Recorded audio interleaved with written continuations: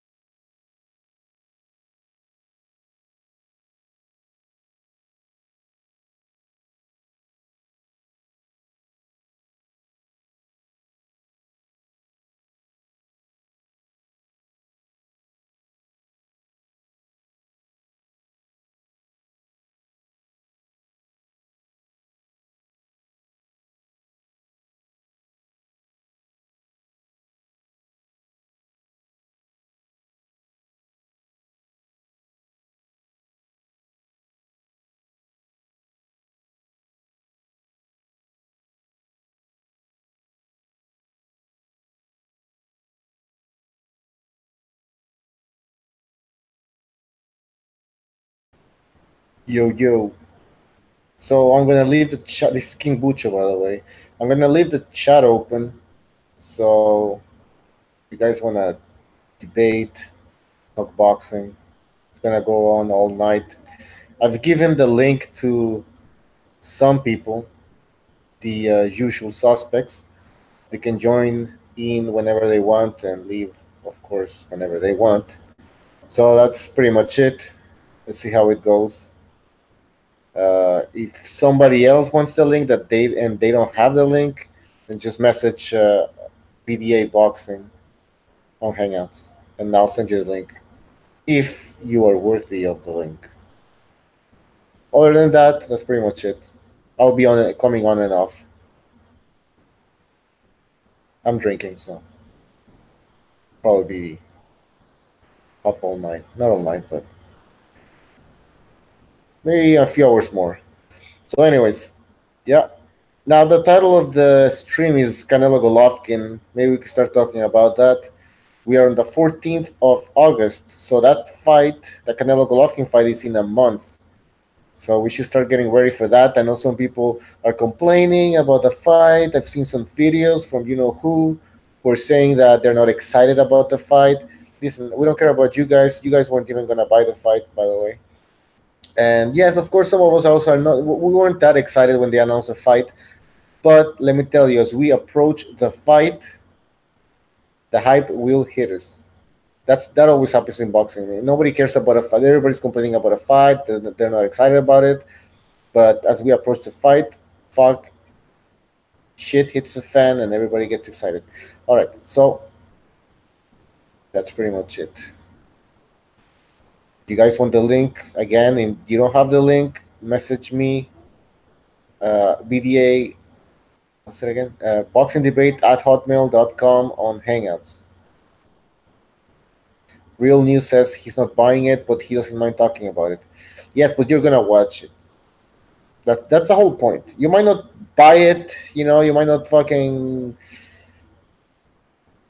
pay for it, but you will go to a sports bar, or you will try to listen to it on the radio, as they say.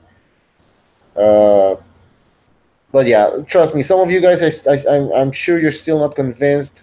You're not excited about the fight, but as we approach the fight and the hype starts hitting us, you will watch it. Real News says the next day he will watch it the next day on YouTube.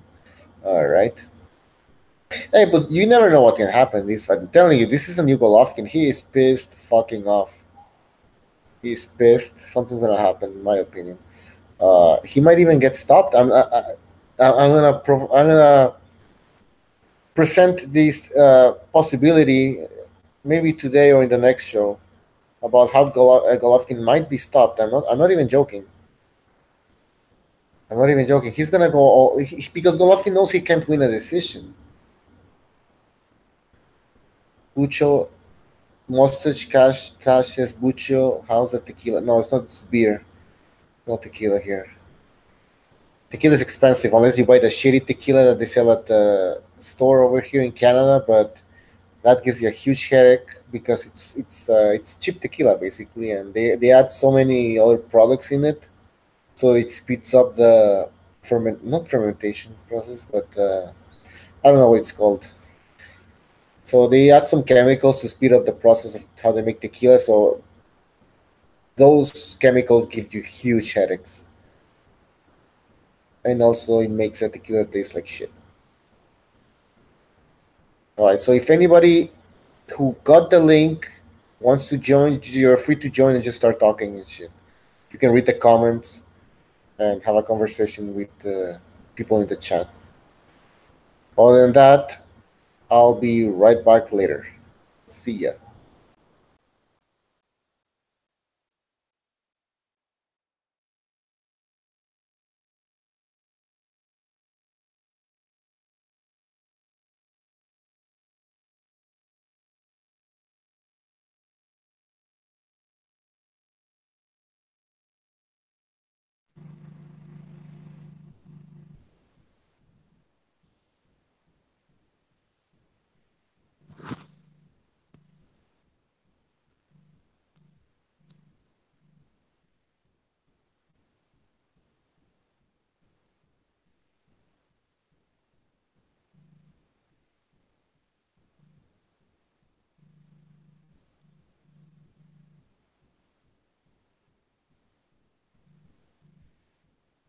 Is anybody there?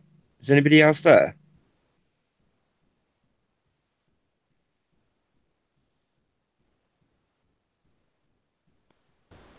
I'm kinda here, but not kinda here.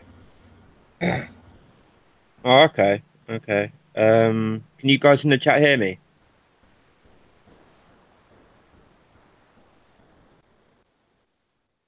I'm guessing they. I'm Yeah, guessing they they. can, for sure. Yeah. If they can hear me, they can hear you, man. Yeah. Yeah. Any of you guys wanna join on and chop this up with me? Join in, rather. I'm here. Just give me a second, man. Yeah. No worries, man. What about apology? Jumping on, bro. Represent the UK, BDA world. I think it's coming. Usually British roaster today, I guess. Say again, bro. Who? What do you mean? Oh no, I said apology. I was asking apology if you wanted to come on. Um, Oh, okay. I think uh it's like 1:35 a.m. here, so that's probably why there isn't many no Well, stew. probably. I mean, we have 1 hour difference in Poland, so it's even worse. Well, where are you? In Poland. Oh, okay. I thought you were in the US. My bad. Um, so what do you think, bro? Are you excited for this fight now? Sure. I mean, the thing is, I don't understand why Bucho um told that Golovkin might be stopped. Of course, anything can happen, but I just don't see it. How Golovkin might be stopped, except from some kind of sketchy type of officiating of the fight. I mean, look, I think that Triple G is going to do similarly to what he has done in the previous fight. Uh, but I think Canelo might be faster. Um, regarding the his latest footwork videos and all that, I think he looks a lot slimmer than he used to look before. Mm. Um, and yeah, I don't know, man. I think it goes to a decision again. That would be in my prediction. Yeah. I mean, like, I when the whole Clenbuterol thing happened and whatnot, I was kind of like, and even before that, I was kind of like really not bothered about it. Now it's getting closer. I'm like Yeah. any fucking boxing fan. I'll complain about some shit, and then like when it's there, I'll be like, yeah, man. I won't be watching it the next day. I'll be like staying up for that one. It's still a big fight. Um, I can kind of see what Bucci's saying in a way that sort of like I think I think GGG has to go for it. I think Golovkin will sort of like go for it. I think he's gonna know he's not gonna get a decision, and he'll probably try quite a bit harder to get a knockout. There was points at which he kind of like could have gone all out in that first fight and didn't. But I agree with you. His some of the shots we've seen him take. There was a shot he took off of Jacobs. I think it was towards the end of the Jacobs fight that Uh-huh. fucking hell would have knocked a tree down. And let's be honest, Jacobs was a light heavyweight or a cruiserweight in the ring that night. He was fucking huge, No, and absolutely. Gigi just kept coming forward. He's like a machine. I really don't see. I mean, Canelo's got power, but I don't think he's got, like he hasn't got like Wilder type power. Yeah, yeah. I don't think he's even really got Triple G type power at middleweight. And so, uh, or even Lemieux type power. I mean, Lemieux caught Golovkin and he didn't budge. Golovkin's chin's just like granite. I don't see a way in which Canelo stops him. I've got to agree with you there. I don't see that. Oh yeah, man. I mean, it's like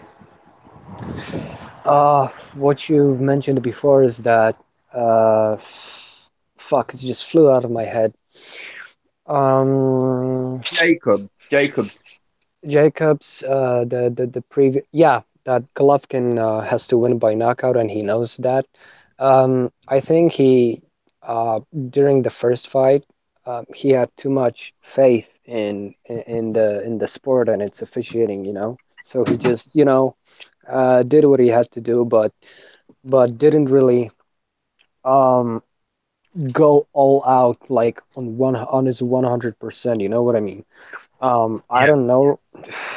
I don't know if that's the truth, but that's what it seems to me. Um, yeah, but you're kind of right regarding that Jacobs shot.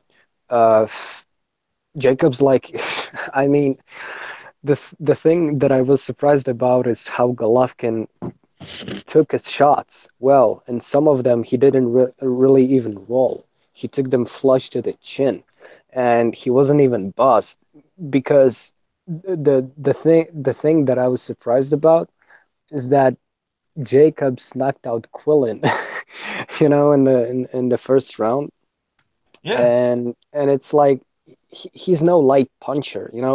He's not a power puncher as well.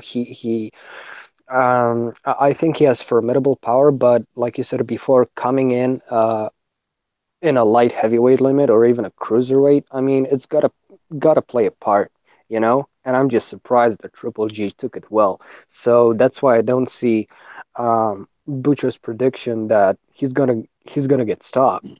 It just doesn't seem real to me unless he ages overnight. Yeah, I think Jacobs does. I mean, I think Jacobs is a bit of a puncher. I mean, if you look at his record, it suggests he's a puncher. Some of his knockouts have been quite quite nasty. Like the same with Lemieux. Lemieux, there's no doubt in my mind that Lemieux's a puncher. So Yeah. I think I personally think that in that first fight he was, because people talk about Canelo's power a lot, and I know they sparred when he was younger and stuff, but sparring, isn't it? And I think maybe he was a little bit concerned about what might be coming back, but I think he's felt what Canelo had to offer him, and I do think he'll go for it in this fight. I think he's going to know he's not going to get a decision. I think Triple G stops him in this fight. That's my prediction. I think he's going to stop Canelo. I Oh do. yeah. Oh yeah, I mean, he shouldn't fuck around, just cut off the ring, and I don't think Canelo is going to have that much of a stamina, especially with Triple G, having that mentality going for a knockout.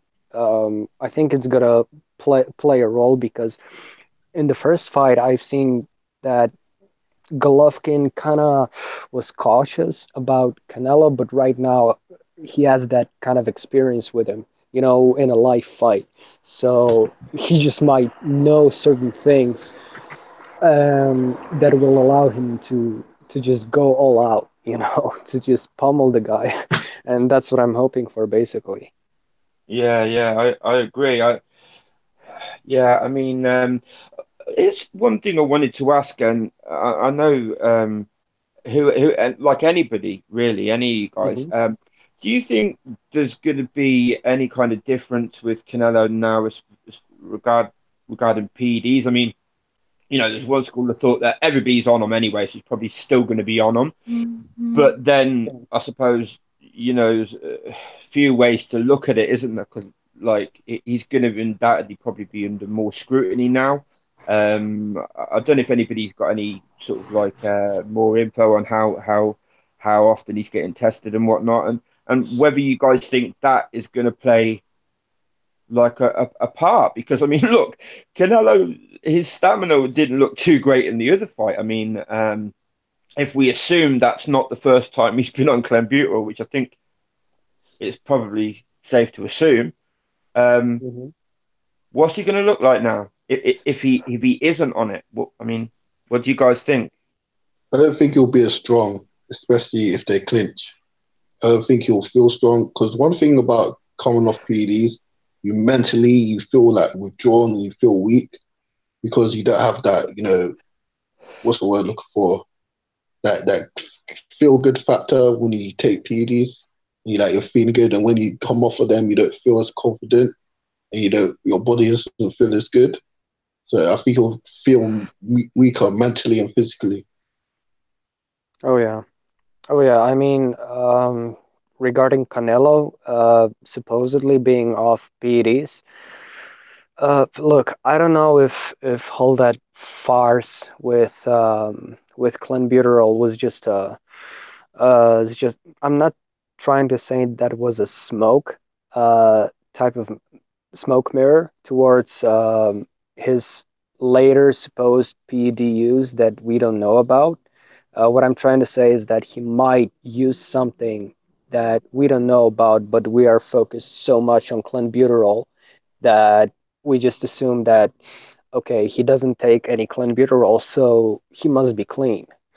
So it's like, I'm not sure if he's going to be, PED clean, um, but from what I've seen, I've just seen a Canelo being a lot lighter. Like in his, I'm not saying he looks drained like he used to be, but he definitely doesn't look like a tank, with all those neck muscles and traps and thick abs like he used to look. So perhaps Triple G realizing that, I'm sure he's watching what Canelo does on the internet. But even if he's not, I think he will go to the body more in this fight because, as I said before, he has that live experience already with fighting Canelo, and yeah, I think he's gonna sap his stamina quicker than in the first fight. So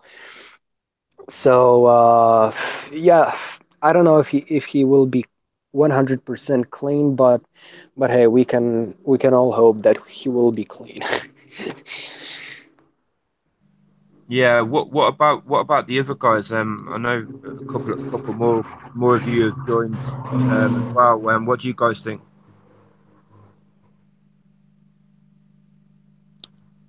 I'm sorry I didn't catch it. What other guys? No, I was just saying. I think. Who else do we Oh, have? I okay. think Apology joined Yeah. and Reverse Lee. So I don't know if either of you guys want to chime in on this or have any thoughts. Triple G, if he doesn't get a knockout, he'll at least need a knockdown or two to win, Yeah. which I think he can get at this point because clenbuterol, it did a lot for Canelo's body. It's gonna allow him to have it did allow him to have better stamina, which he never had good stamina anyway. So stamina that would already be pretty much all gone by the sixth round, if you remember it. He was like putting all of his weight on the chair and his legs were all stretched out and he had his arms on the ropes. Yeah. That's going to be even shorter than it was before. Plus his body will be a lot weaker, so he won't be able to put on the many pounds that he usually puts on after the weigh-in.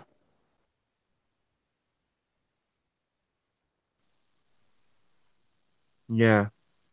And you know what? I'll add to that that Canelo's style is very endurance draining. So you All know that foot he just. movement. Oh yeah. I mean, yeah, he moves like he has a club foot, but the thing is, it's like he throws so many. Let me rephrase that. If somebody throws anything at Canelo, he comes with, I mean, one, two, three, or even four punch combination. So he's definitely gonna feel that pressure to capitalize and to show everybody that he's a better fighter, but I think it's gonna work against him, and Triple G is gonna counter his ass and put him on the ground. I mean, anything can happen, but that's a possible scenario, even more possible in the second fight than in the first one.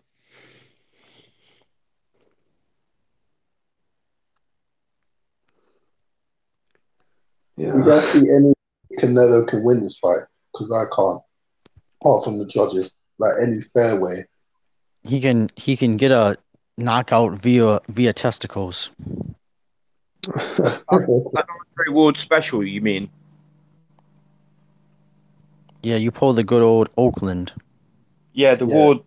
The Ward cock shot, the famous Ward bollock buster or cock shot. Yeah, I mean that's one way. I mean, yeah, I mean he can get robbed on the cards. That's fucking one thing. That's Any definitely like sure. any fair way can Canelo win? I mean, like for me,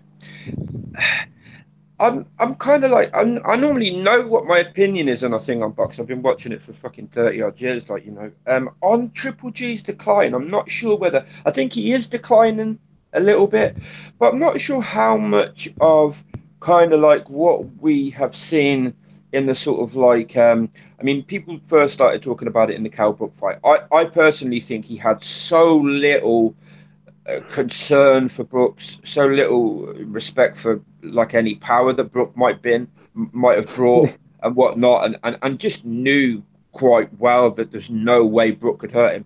I think that might go some way to explaining the way he performed in that fight. He was a little bit reckless and whatnot. And there was also a few sort of rumors that he'd been sick leading up to it. He denied it. He denied it afterwards, but he kind of like didn't look right to me at a certain point. And then Jacobs, Jacobs a decent fighter and he's a big guy. And I think, I don't know whether sort of like some of his performances leading up to that and then the sort of like little bit of an increase in quality might go some way to explaining as well. I think it's probably a mixture of both. And so with that in mind, I mean, like if I'm wrong and he is just on the decline, then yeah, I think Canelo can win. Like Canelo's a good fighter. I mean, I think he can.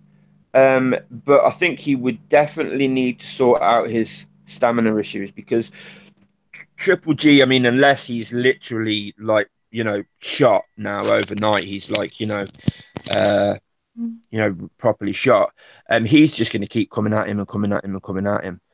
And that is like I boxed. It's not nice to fucking that kind of pressure. Someone that just does not relent, will not relent.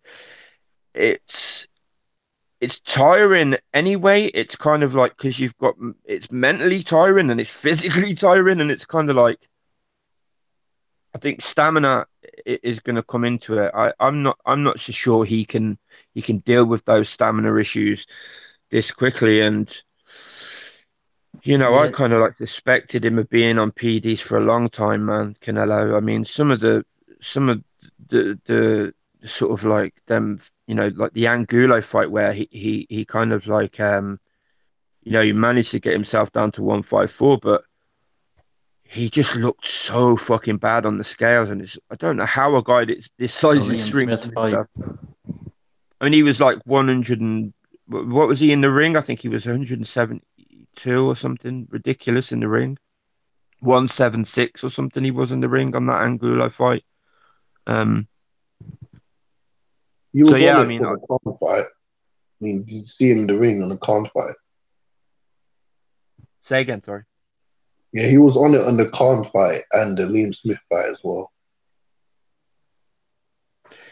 Yeah, I mean, I think he's been on it for a while. I Yeah. think he's been on it for a while. So what does everybody else think? How like the guys that have recently joined and stuff like It unless how much unless we get the worst possible kind of Triple G, like he tries to like sit on his back foot and pick him off, which I don't see any conceivable reason why he would fight such an atrocious game plan. That's the only way he's gonna win. And he might not be as good when the fight first starts. Like we remember in the Martirosian fight when Triple G was kind of getting hit a little bit with those straight punches. Then as soon as he got a good shot in to hurt him, he kind of just loaded off, and he ended the fight from there. And that's all we really got to see of an older Golovkin. But if he Yeah, just fights that fight consistently, I don't really see how he could lose.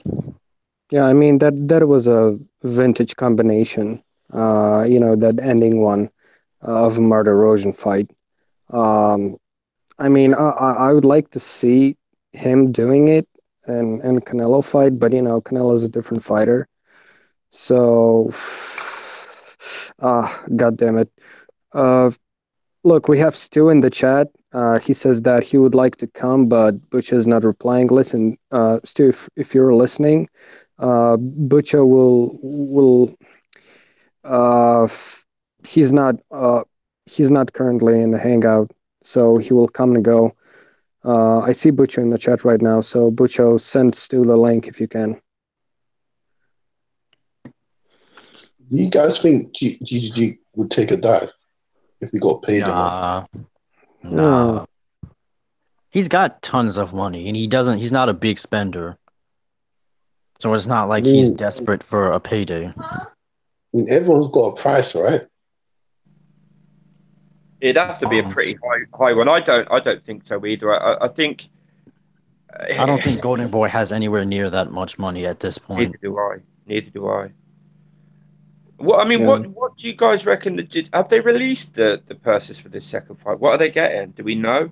They released the percentages. I think it was what 45%, 55%. Yeah. So we don't. Yeah. So what was it like? I think you got 15. Was it for the first fight? I'm not sure. I have no idea. I think it was 20 and 15, but I could be wrong on that.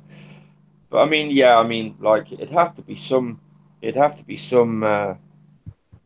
size bribe, I think, to get him to And just if tarnish Triple the G legacy like that. if Triple G takes a dive, if he's not used to going down, so it's gonna look real obvious.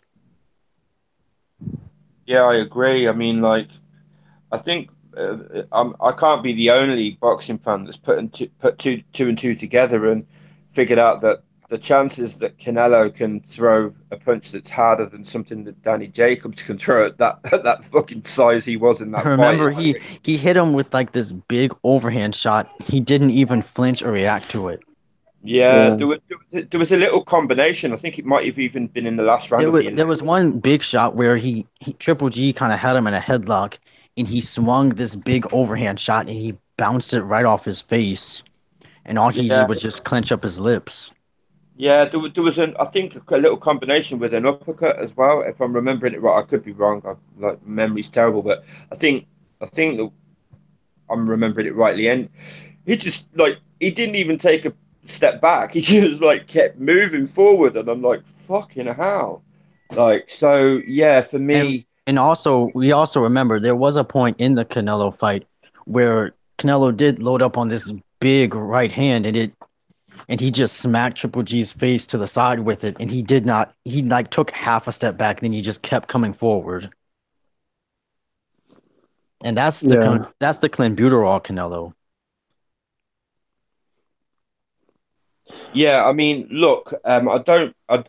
Please don't anybody think I'm making any kind of comparison here because yeah, um, not any kind of you know similarity in levels whatsoever. But I have boxed and have had situation where I've thrown the best, you know, everything I've got and caught somebody with it, and it didn't affect him at all. And that is fucking like Well, I, that's not well, I it's guess I like it's lost. hard to fucking swallow that shit. It's kind of like it does something to you psychologically because I now know no matter what I do, I'm highly unlikely to knock this guy out, and he just keeps coming and coming and coming. My point is, I just wonder what that does to a fighter like Canelo if you know sees Triple G take the best he's got and just keep coming forward. I mean, Yeah, remember That's what all of his other opponents backed up. mm, that's how GGG fights though. He just lets you hit him with his best, and then just walks you down. And he does that to all of his opponents, even the guys who usually aren't backed up. Like David Lemieux was the guy who was always comfortable on the front foot, and he reduced him to just backing up and running away. He had him moonwalking like Michael Jackson.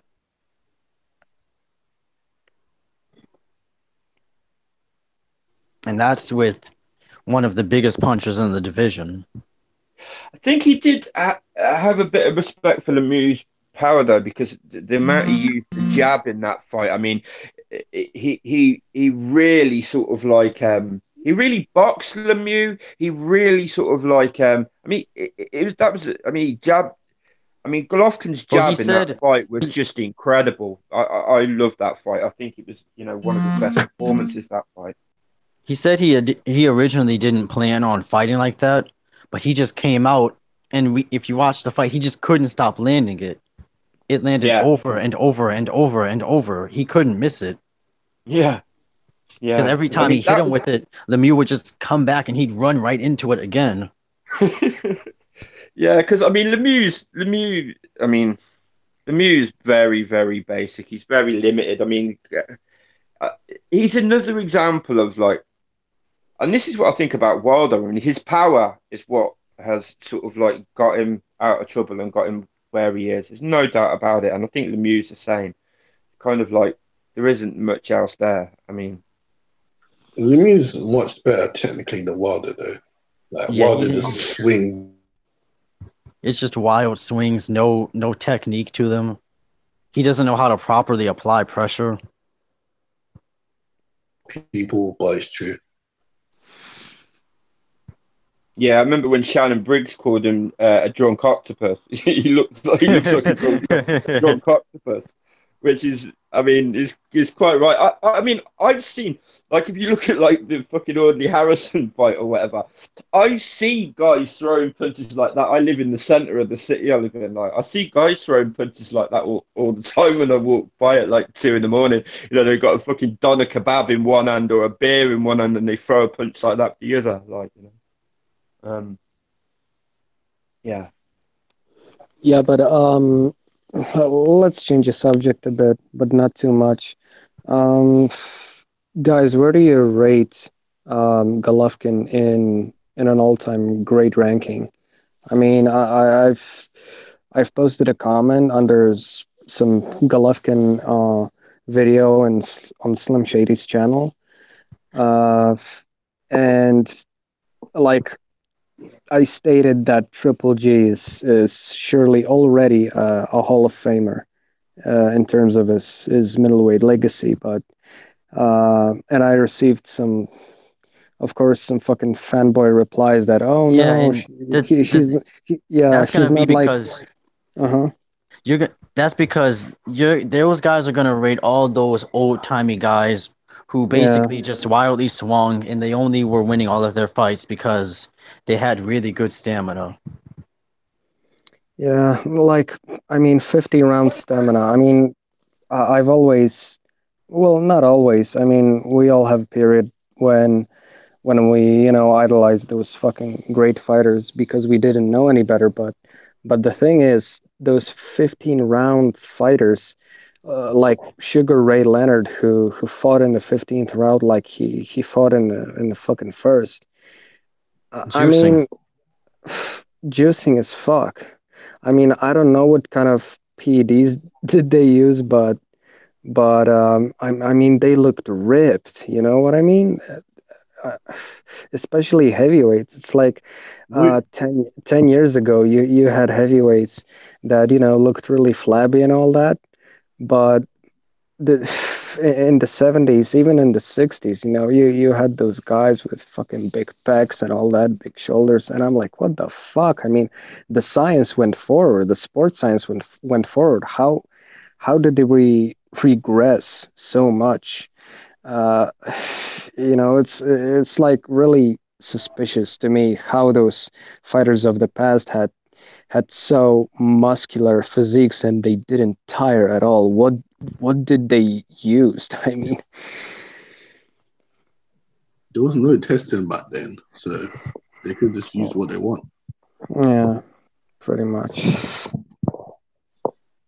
Yeah, but I mean, I've received some replies that, oh no, how dare you say Golovkin is a GOAT middleweight? I mean, Hagler beats him. How dare you rate him above Hagler? All that shit. I mean, Hagler went look, 15 rounds with Roberto Duran. Can you Oh, imagine if the can you brand. imagine if Triple G went 12 rounds with Roberto Duran? That's like Triple G going 12 rounds with like Lomachenko. a high level Keith Thurman. Yeah, like high this is level. old Duran, and he went 15 rounds with him. And Yeah, I say high level because I know Roberto Duran is way better than Keith Thurman. But imagine if Keith Thurman he was like 2 grades above what he is. He still shouldn't beat Golovkin. oh yeah, I agree on that. I know people are gonna have the argument. Well, he was an all time great. The guy primarily the guy's career was built at lightweight. Then he went to welterweight to fight Sugar Ray Leonard because he didn't like how he was being called the best fighter in the world. Everything Yeah, after that is pretty much just like on and off fights. I mean, like anybody that's sort of like ripped you for saying that Triple G's like an all-time great middleweight or he's a Hall of yeah, Famer. Um, they're either just a hater or they don't understand the sport of boxing. They don't know what the fuck they're talking about. I mean, this is a guy that I mean, like one of the I think it was the longest streak of knockouts in middleweight history. He's got the most uh title defenses in middleweight history. Um, like people slate his resume as well, and like when you look at guys like Proxer, Gill, you know, Lemieux, a lot of Golovkin's wins, like they might not have been great fighters in the scheme of sort of like world boxing, but a lot of them were top 10 guys at the time. And they would Gill have was been a world top 10 champion. guys. They would have been top 10 guys back then too. Yeah, Gill's legit. He was robbed against Barker, and he Was unified rate against trained against Kodo. yeah, and he unified against Sturm, who was stuck in Triple G and getting every decision his way, and he managed to beat him in Germany. So yeah, Gill's legit, man. Yeah, exactly. Lemieux was a world champion. That was a unification fight. I mean, he's clearly a Hall of Famer. I mean, look at what he's done at middleweight. Look at how long he's been a world champion for. I mean, to me, that's a no-brainer. In my opinion, anyway, it's a no-brainer. Yeah, I mean, it's like, oh my, it's not even the opponents. Some of them were better. Some of them were worse. But I mean, in the fashion that he beat those guys, he just walked through them. And if there was any kind of threat that he was perceiving, so he just went on full technique mode. And he, for example, like the best example would be a Lemieux fight. I mean, everybody was hailing Lemieux as that, oh, the hardest Triple G test. He is the arguably the bigger puncher physically than Triple G. But I mean, he just jabbed his fucking head off. Yeah. So Had him so taking a knee like an NFL player. oh yeah. Yeah, I mean, it was just brutal to me, that fight. I mean, arguably it could be stopped kind of earlier because he was just not defending Yeah, himself. there's the one point where Triple G kind of looks at him, and then Lemieux dashes in and he hits him with this hard counter left hook, and the referee just sticks his chin in the air. Yeah, And yeah. Was it that simultaneous hook? it was, yeah, I think it was like they both hooked, but Triple G's landed hard and it bounced his entire body back. Yeah, and Steve Willis just like looking up like in approval. Yeah, Willis was looking to stop that fight like a little bit before that anyway. You could see it in his face. He was like, a couple of points he looked like he was gonna and then he didn't and stuff like that, but look at like Monroe. Monroe was a top 10 guy at the time, but Curtis Stevens was a top 10 guy at the time Triple G fought him. It goes on and on and on. So, like, I don't know why anybody like slates his record, really. The way he beat those guys was so funny because he knocked Willie Monroe down with one punch. Yeah. And then he knocked him down again with one punch. And I mean, look at the Gil knockout. I mean, Gil landed at the same time as Triple G. Like, Triple G never fucking flinched, and Gil was just absolutely destroyed. Okay, we have one person in chat that says, I think it's Jonathan Vickland. Okay, he says, but still, Triple G's claim to fame involves a lot of questionable ducking. I mean, I agree with you on that. A lot of fighters ducked him, so that's only strengthens his position. But if you mean that he ducked somebody else, just give me a name. Andre Ward. Oh, Jesus Christ. He ducked Floyd too. I can just imagine his fight with Floyd. Hypothetically, he would just That bulldoze fight would him. never happen. Yeah, but Floyd I couldn't mean, even. He wouldn't know how to act in the press conferences. Imagine him. He has to do a face off, and he has to look up at Triple G. yeah, I mean, yeah. Like I said before, Triple G is a young, strong lion. Hungry champion. He paid his way to the top. Yeah, like I said before. I think there's no special effects. Yeah, I look, mean, if you want to know whether that fight would have ever happened, all you've got to do is look at Floyd Mayweather's record. Look at his record for fucking magically retiring and then magically coming out of retirement every time somebody dangerous was around in the division he was in and stuff. He did it his whole career. Yeah. What about Darren Baker? Yeah, Darren Baker. He actually admitted in an interview that he ducked Triple G. Yeah, I saw that. Yeah, I mean, there's not a lot of shame in that, since everybody like not everybody, but most of the guys ducked him. Remember Y- when Max Kellerman asked Cotto if he was gonna fight Triple G? And he was like, "Mm." Maybe. Yeah, It's like yeah, when it's like when you're a kid and your mom asks if you ate a cookie from the cookie jar, and you know very well you did it. yeah. I mean, he was like totally struck. Like But I he mean, didn't know what to say. yeah, but I mean, even Canelo. I mean, Canelo giving up the bout and saying it was, because the WBC were putting, They're mean. fucking, like fucking hell, man. Like he only agreed to fight Triple G after Triple G had sort of like looked After something he close let one to of a his fucking human being in a couple of fights. yeah. Do you know what I mean? And then all of a sudden, oh, now I'll fight him. Fucking ridiculous, man. If he had taken Jacobs out in that fourth round, we'd probably be seeing more Martirosians. Yeah, Yeah. more ducking, more Yeah. ducking. Yeah, I agree. We Yeah, would have but had to settle for a James DeGale fight. Jesus. I mean, he shouldn't be relevant anymore. I mean, the guy is done. Yeah, he is. But he has a Yeah. belt, so No, he doesn't. yeah, he does. He You won know, his belt.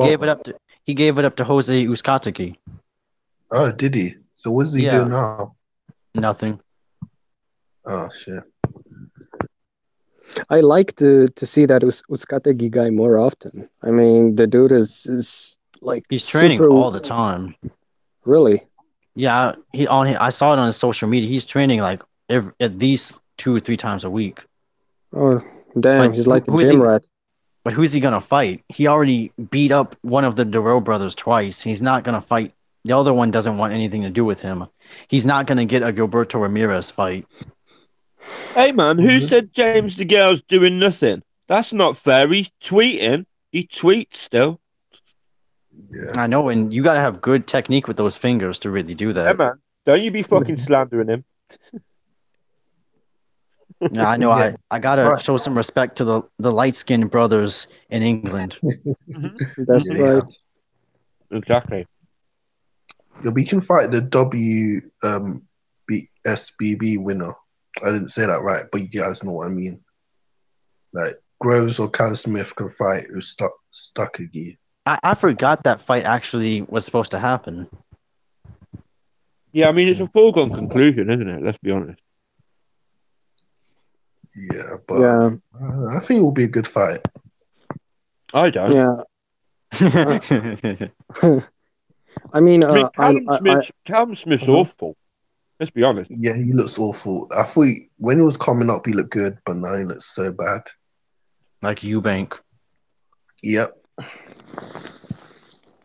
Bro scores him, man. I think my favorite fighter at 168 at the minute is Benavides. I like Benavides. Yeah, but he's a bit undisciplined. That's my problem with him. He was earlier, but I think I thought he looked a little bit less like that in the last fight. Yeah, but hopefully he stays consistent, or else he's gonna get found out. He's got a bit of a chin on him though as well. He's got a decent chin. Like I've He seen him does. take the Porky Medina fight. He took a few shots. So he could end up being like another Triple G with a granite chin that like doesn't matter so much that he takes shots. He does get hit a lot, but great hand speed, good foot, good feet and stuff like.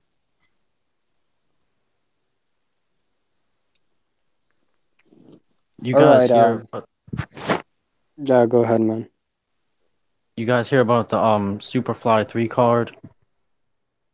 Oh, I think Gonzalez is gonna be on it, right? No, he's actually gonna be on the Triple G undercard. Okay, I got confused. So is it going to be like the third fight between Wangek and Estrada?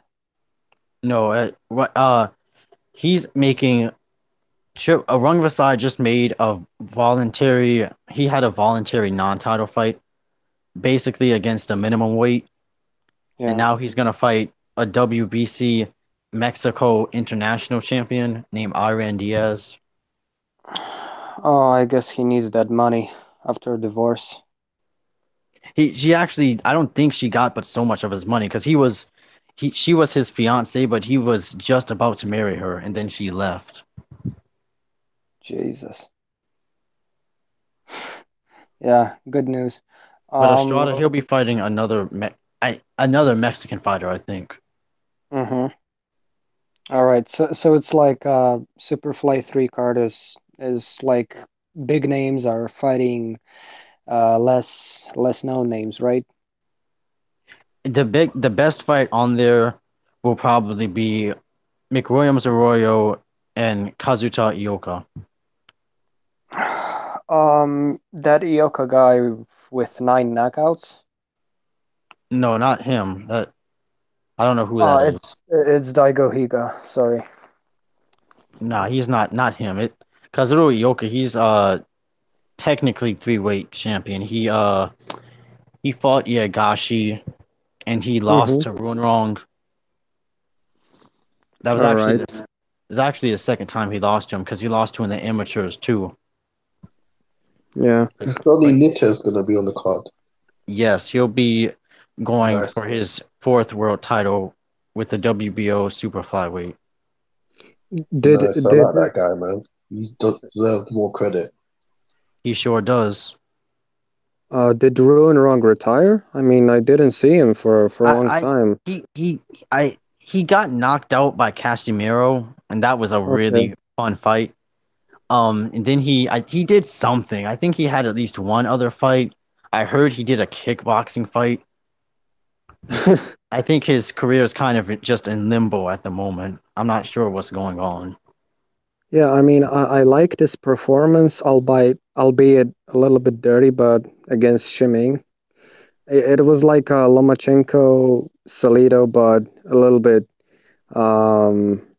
lower prestige, if you know what I mean. Mm-hmm. Yeah, it's like I kind of had high hopes for Shiming because the dude is a great amateur, but he just like, I don't know. I don't think he's mentally right in terms of him pro boxing. Did you see his loss I did. to some unknown? That was Yeah, rough. yeah, yeah. So, yeah, I mean, I don't think he was made for pro boxing. Mm-mm. You guys know what happened to what's his name, Marvin Santana? Am I saying that right? The southpaw with a lot of power on his left hand. Oof, I'm not sure. I I'm don't not really know sure the guy. either. Sorry. He knocked out some guy with an uppercut. It was like the knockout of the year. I will find him. What are you guys talking about? That's some random shit. we shifted to Superfly. Yeah. It's not even as good as Superfly 3. Like I think Estrada's fighting another Mexican, another Gallo. Yeah, Yeah, I don't even know who the other guy is. I don't Okay. either. 40 fights or something, but I don't know. We have an interesting individual in the chat section. Again, Jonathan Vickland says Triple G just ducked his mandatory, pretended he wanted a rematch with Jacobs or a fight with Billy Joe, and never mentioned Charlo's name. Then ended up fighting Vanez. Oh, Wait, so when did he say he wanted a rematch with Jacobs? oh, fuck, I don't know. The dude is When did pulling Jacobs things out of want his a ass. And by the way, when the Canelo fight was canceled in May of this year, I didn't see Charlo raising his hand, trying to Yeah. fight But Golovkin. before or So, after the fight? yeah, he did. And I saw Billy Joe Saunders when he was scheduled to fight Canelo. He was like, "Oh, you need to give that up and fight me." And then as soon as the fight fell through, he kind of went dark. Yeah, that's something right. Triple G is not the kind of fighter to start calling out people. Like, who does Triple G call out?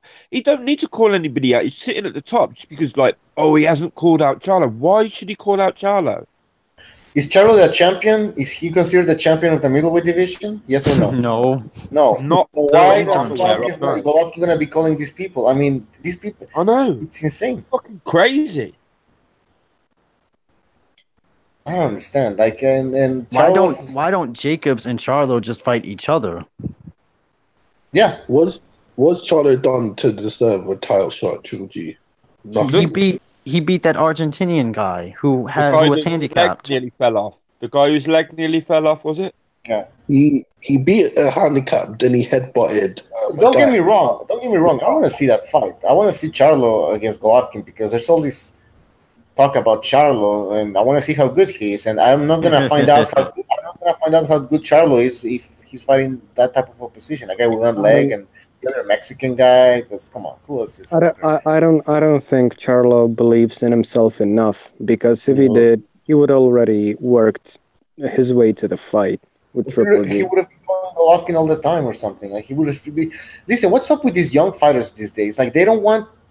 They know who the champion is, but they don't call out the champion.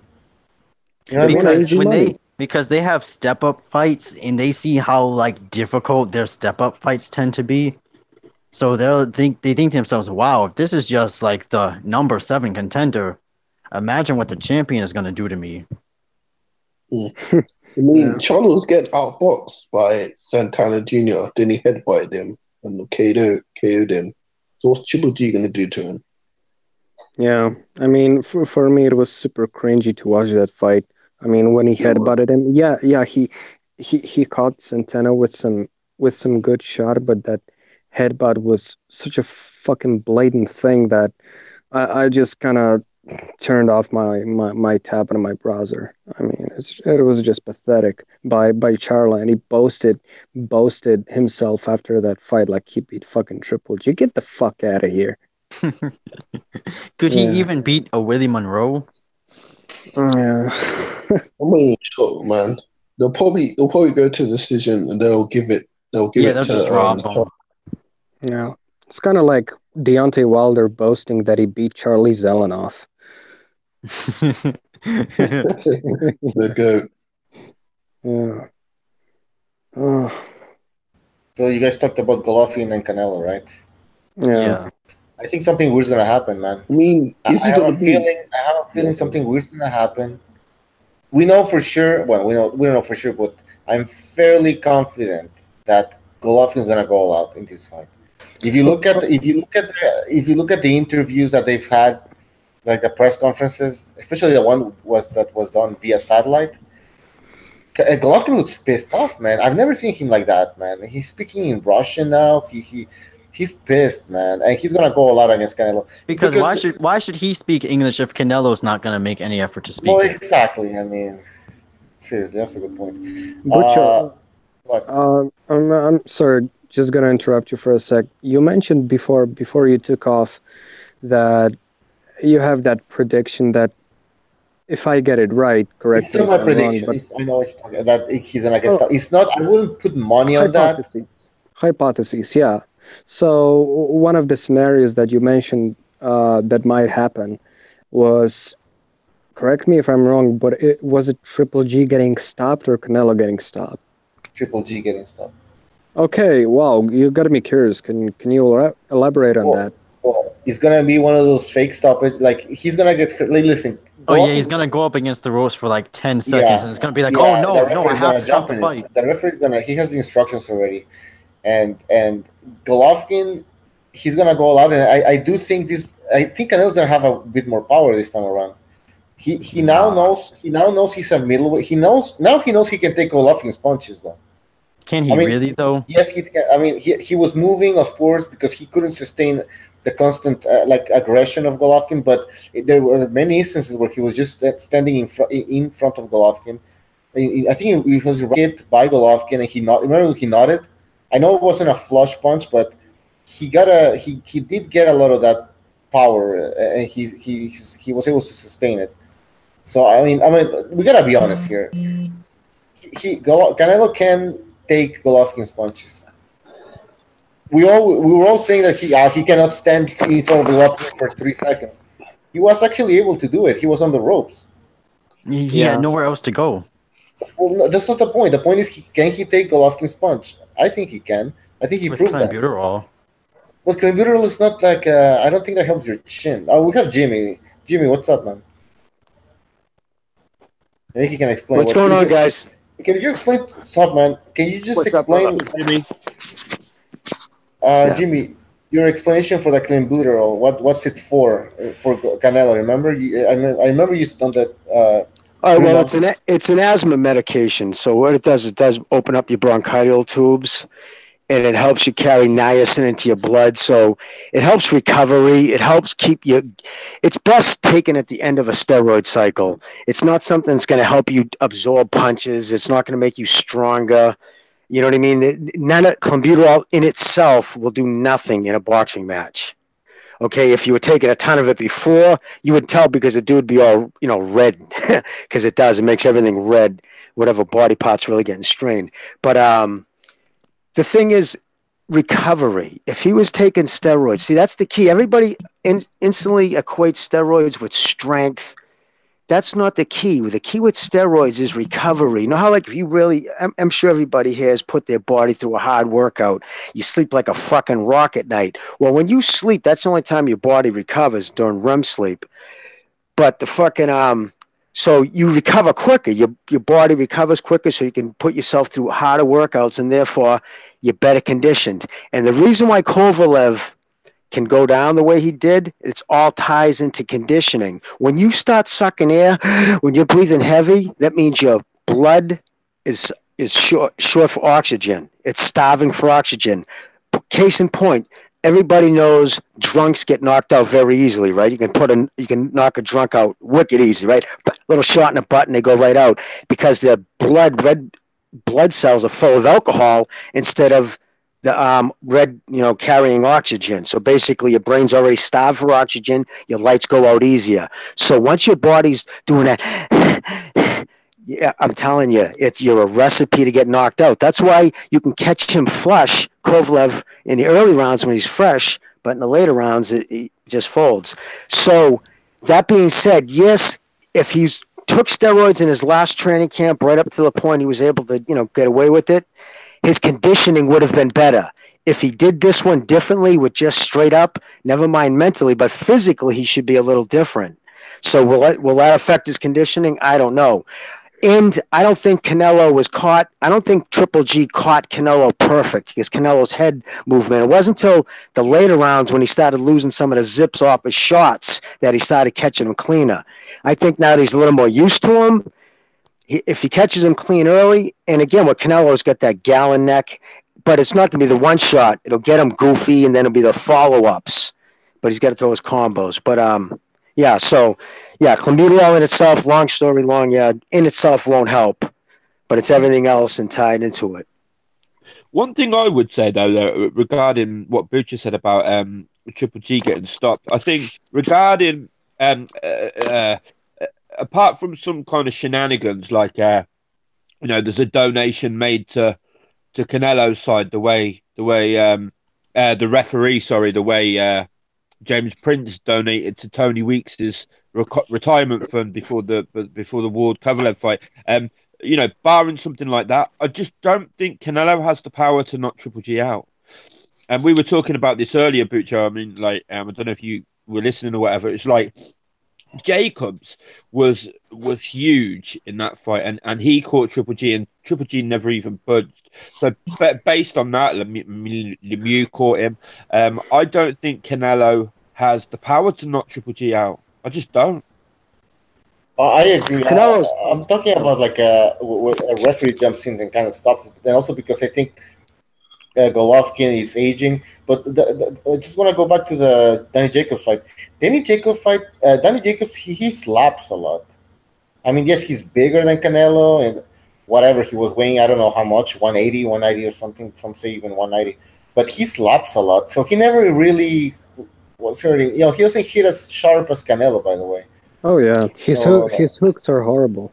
Yeah, I was at that. I don't think it's a good example, in my opinion. I was at that fight, the Jacobs fight, and where I was sitting was right almost eye level to the mat, so it was weird. So I really watched the feet. And no, you're right, Bucho. He never planted his. I don't think I saw him seriously plant his feet and bend at the knee the whole time. He was up on his toes. He was a fucking, back foot boogeyman. Yeah, He caught him with an uppercut. He caught him with an uppercut. I think it was a combination. I think it was towards the end of the fight. There's a combination with an uppercut, if I'm remembering it rightly. True. And it looked to me like a shot that could fucking knock a fucking tree down. And he never Triple G never even. I think he took slightly half step back and just kept coming forward. It's the same reason why Mickey Ward didn't get knocked out, Marvin Hagler didn't get knocked out, and Triple G. These guys are beasts in the gym. They put the road work in. They know. Like Mickey took shots. Arturo Gotti.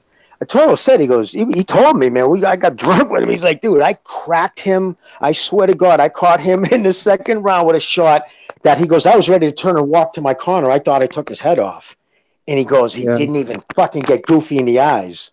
And that's how he put it. He goes, his eyes didn't even get goofy. And he said he knew. He goes, I knew this kid did his road work. It's all about oxygen to the blood. It comes down to that. Yeah. That's why they push you to do your road work. You know what? I can elaborate on that. Jimmy hit a nail on the head regarding the stamina aspect. I think for a great chin, I mean, obviously there are some genetics part that you cannot improve, but if you want to take a really good shot, you have to first spar often, meaning that in order to develop great reflexes, which you want to develop for at least anticipating the shot, if you cannot avoid it, then you just have to spar a lot for developing good reflex. The other part is, like just Jimmy mentioned before with the Kovalev thing and in general, is that having the great conditioning helps you taking shots throughout the whole fight. So even if you don't manage to avoid the shot, if you improve your reflexes to the point where you can see the punch and you can, before taking a punch, you can flex your traps and tense get your muscles used to taking the shots. Tense your exactly. Tense your traps and bite down on the mouth guard really hard and strain the neck. Then you can take almost anything. Yeah, because if you ever fought before, sometimes it'll be in that split second where you're like, you know what, I'm not going to be able to dodge this. Yeah. So you just gotta take it off the best way you can. Trainers used to call it down at the gym. They used to call it "get your punch callus." Get your punch callus on. Seriously, you got to get used to getting hit again. Yeah, it's like your fist. It's an actual thing, exactly. And that's why Mickey his body shots. That's why he perfected the body shot, because he knew himself. He's like, I don't have that one shot concussive power like some of these motherfuckers. So if I go up against dudes who train as hard as me, but no matter how good your chin is, you catch that prick in the liver in the right spot, man. I can't stress to you guys how horrible it is to be laying there and not being able to get any air in at all, and everybody's pointing at you and laughing. Oh, it's an ugly feeling. Yeah. It's like when Mike Tyson said when he was hitting guys in the body, they make little girly noises like Yeah, and I'm talking about my friends, because we had a gym down in Mickey's basement, down in his cellar, and we used to go down there and after partying all night, hey, let's spa. So of course when you're down there going and you're on your knees and everybody's laughing at you. But yeah, that's what I'm talking about. I don't think the guys in the ring notice people laughing, but so how's everybody doing? Good. How many people out here on this thing? 1, 2, 3, 4, 5. Nice. Yeah. So would you just did you just get out of the service? You said the guy in the UK. You in the service, bro? Yeah, well, I haven't just got out. I've been back 10 years, but yeah. Thank you for your service, brother. No, thanks, man. Yeah, no worries. Yeah, 2007. So 11 years I've been out. Oh shit! Well, again, thank you, anyways, man. I'm sorry, Bucho. Did I cut you off? I don't think you did. No, man. No, it's okay. Oh. I'm just leaving this chat open so you guys can do whatever the hell you want. I'm just having a drink here. But I do say that Triple G, I think another factor is going to go into this fight. I heard from all intents and purposes going into the last fight, and again from somebody who's down out there a lot, and he told me straight, there was no animosity. They liked each other. They genuinely had no animosity going into that first fight. It was strictly business. Yeah, they were all playing. They were playing Rock'em Sock'em Robots. Yeah, you know what I mean? It was strictly business. It was a boxing match. This time, Triple G. And then because there was no he wasn't, contrite. Is that the word? Contrite. Yeah, at all. He didn't show any. He didn't, I guess, he should have reached out to Triple G and said, hey, listen, dude, I know if I was fighting him and I really took dirty meat, I would have called him and say, listen, man, I just want to let you know from me to you, straight up, whether you believe me or not, I didn't do it. Golovkin, my friend, I'm sorry. Yeah, nothing. He was just a fucking fuck everybody attitude. He was pissed at the, it's like I'm the biggest money man now that Mayweather's gone. How dare you even talk about? I'm sure he must have been saying horrible shit. And again, from somebody on the inside, shit you ain't gonna hear. But remember when I can tell you the exact time, the guy from Golden Boy, the second in command there, Oscar's childhood friend, he runs everything. I can't remember his name right now, but Eric Gomez. He tweeted something out, Eric Gomez, and Canelo sent either on Instagram or Twitter. Well, I don't know where that information came from. It might have seemed subtle, something like that subtle, but in a camp, like that showed disconnect. Because he basically said, I don't know where he's getting that information from, but what I did for my surgery was this. Like, so there was this, he kind of threw him under the bus. And I heard during that time that Oscar was pulling his hair out. Like Canelo was making all kinds of demands. There was threats he was going to fucking go to where he was more appreciated. He felt like Oscar wasn't fighting hard enough for him, basically saying, telling Vegas to fuck off. So again, that's what I heard from, and then I heard it from a couple other people too. So that's why I kind of know it's true.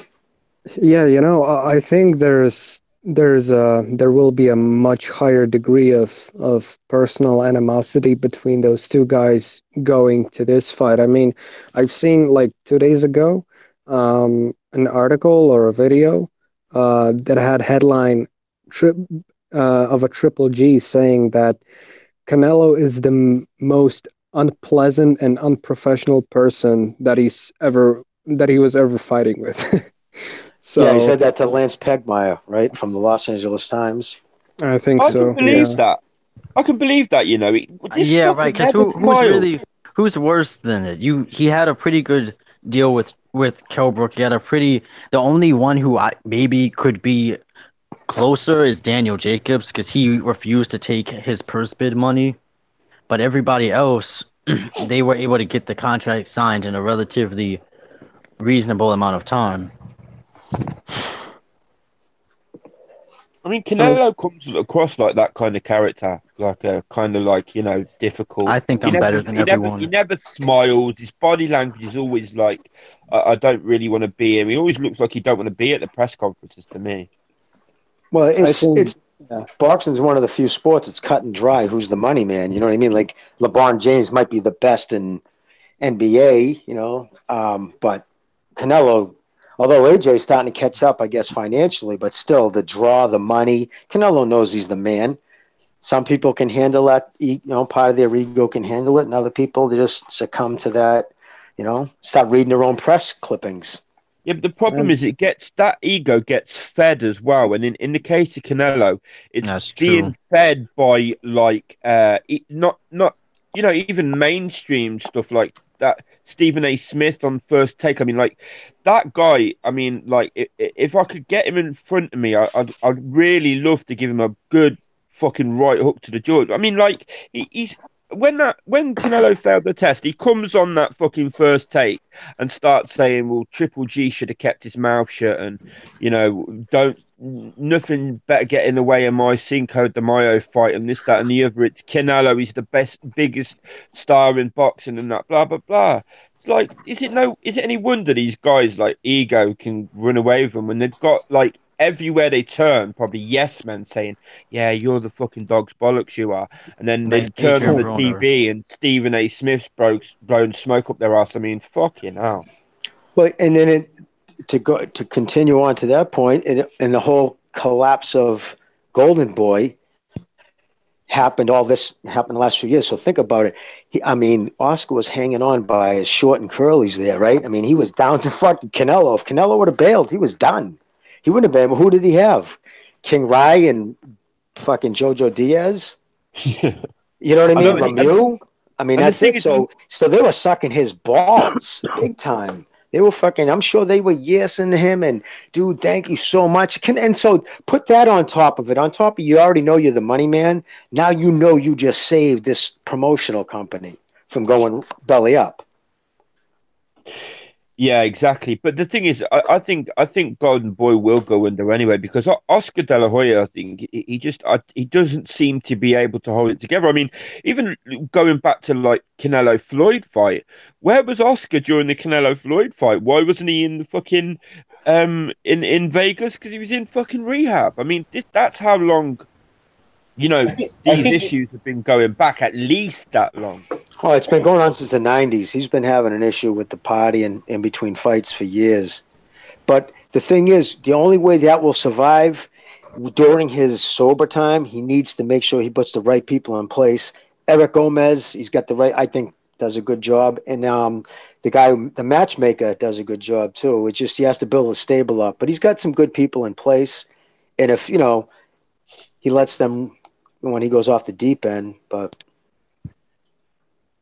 I think De La Hoya delegates power, though. He's not in complete control of the whole thing, obviously. I mean, because I think even he knows. Yeah, he has to find time to put on the fishnets. Well, honestly, I'm sure. All kidding aside, I'm sure his lawyers think about it. Your client's got $1 million company on paper.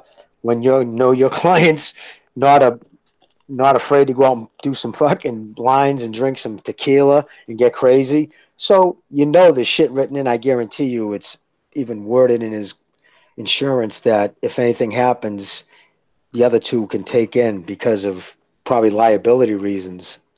Just think about if this dude fucking T-bones you up, he's been doing boogers all night. You can get paid. Yeah. And you would be in the right.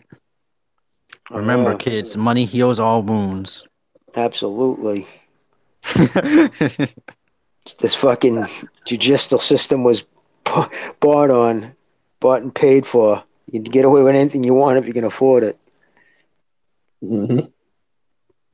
And sometimes you just settle. Sometimes you can get more out of court than you would in it. Right. What do you guys think about Golden Boy? You think he's gonna survive? I mean, I remember when back in 2015 when Golden Boy lost all those fighters to Al Heyman and Richard. And look where they are now. Schiefer. Yeah, they're in the same spot or even worse. Oh, I'm sorry. I did delay. I apologize. No, I was going to say Golden Boy needs to start doing what Bob did. Bob saw the writing on the wall. He saw it back in the 90s. You saw the talent in the United States start to decline, and it started to become more popular in the Eastern Bloc countries.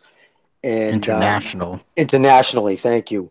And so he started looking at the Japanese fighter. I know the Chinese fighter, but what did that cost him? Bob made a ton of money off that Chinese kid, that fucking kid who wasn't even that good. You're taking advantage of an untapped market. Exactly. What do you got to Chinese lose? Boxing. He made a ton. He made millions on that and fight. And now he's trying to do the same thing in Japan with Ryota Murata. So if I was Oscar, I would hire the Japanese. There's a ton of people who can speak Japanese and English in L.A. He needs to hire somebody there who knows the game.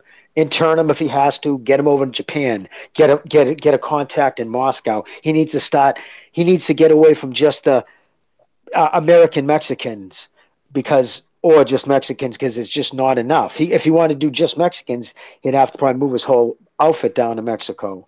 And he doesn't even have them. No.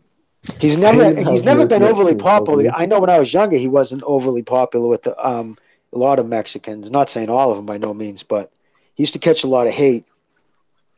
You know what? I think that shows you the difference between Oscar and Bob Arum is that Oscar and it's just my hypothesis, but Oscar tries to fill that void of being hated by his fellow people, right?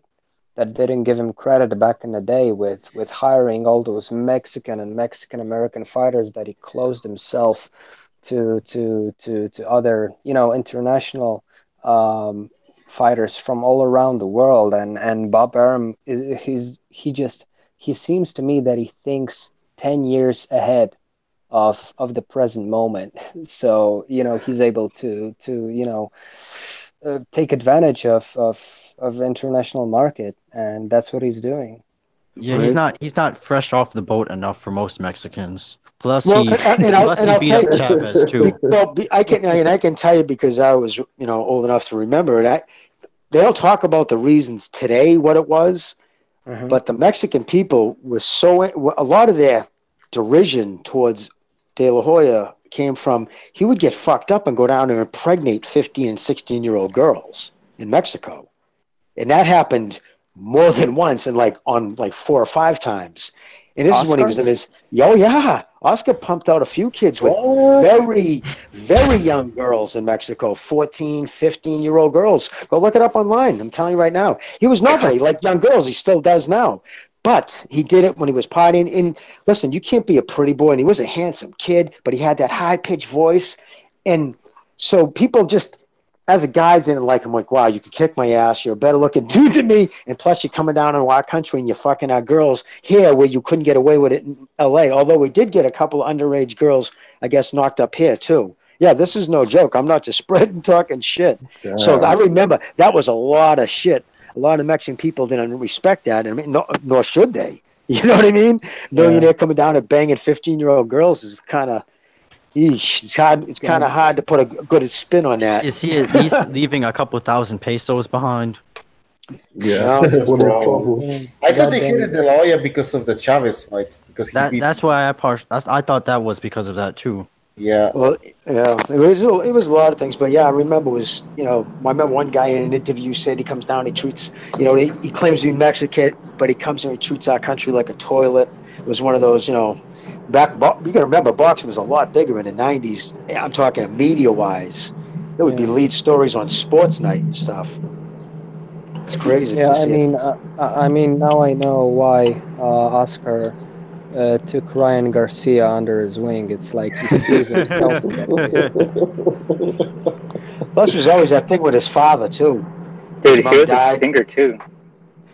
His mom died when he was like 16 or some shit. And he was very I, close with I think her. that fucked him up. His mother Big dying time. of cancer. Yep. Because Yeah, I was it did. watching an interview in.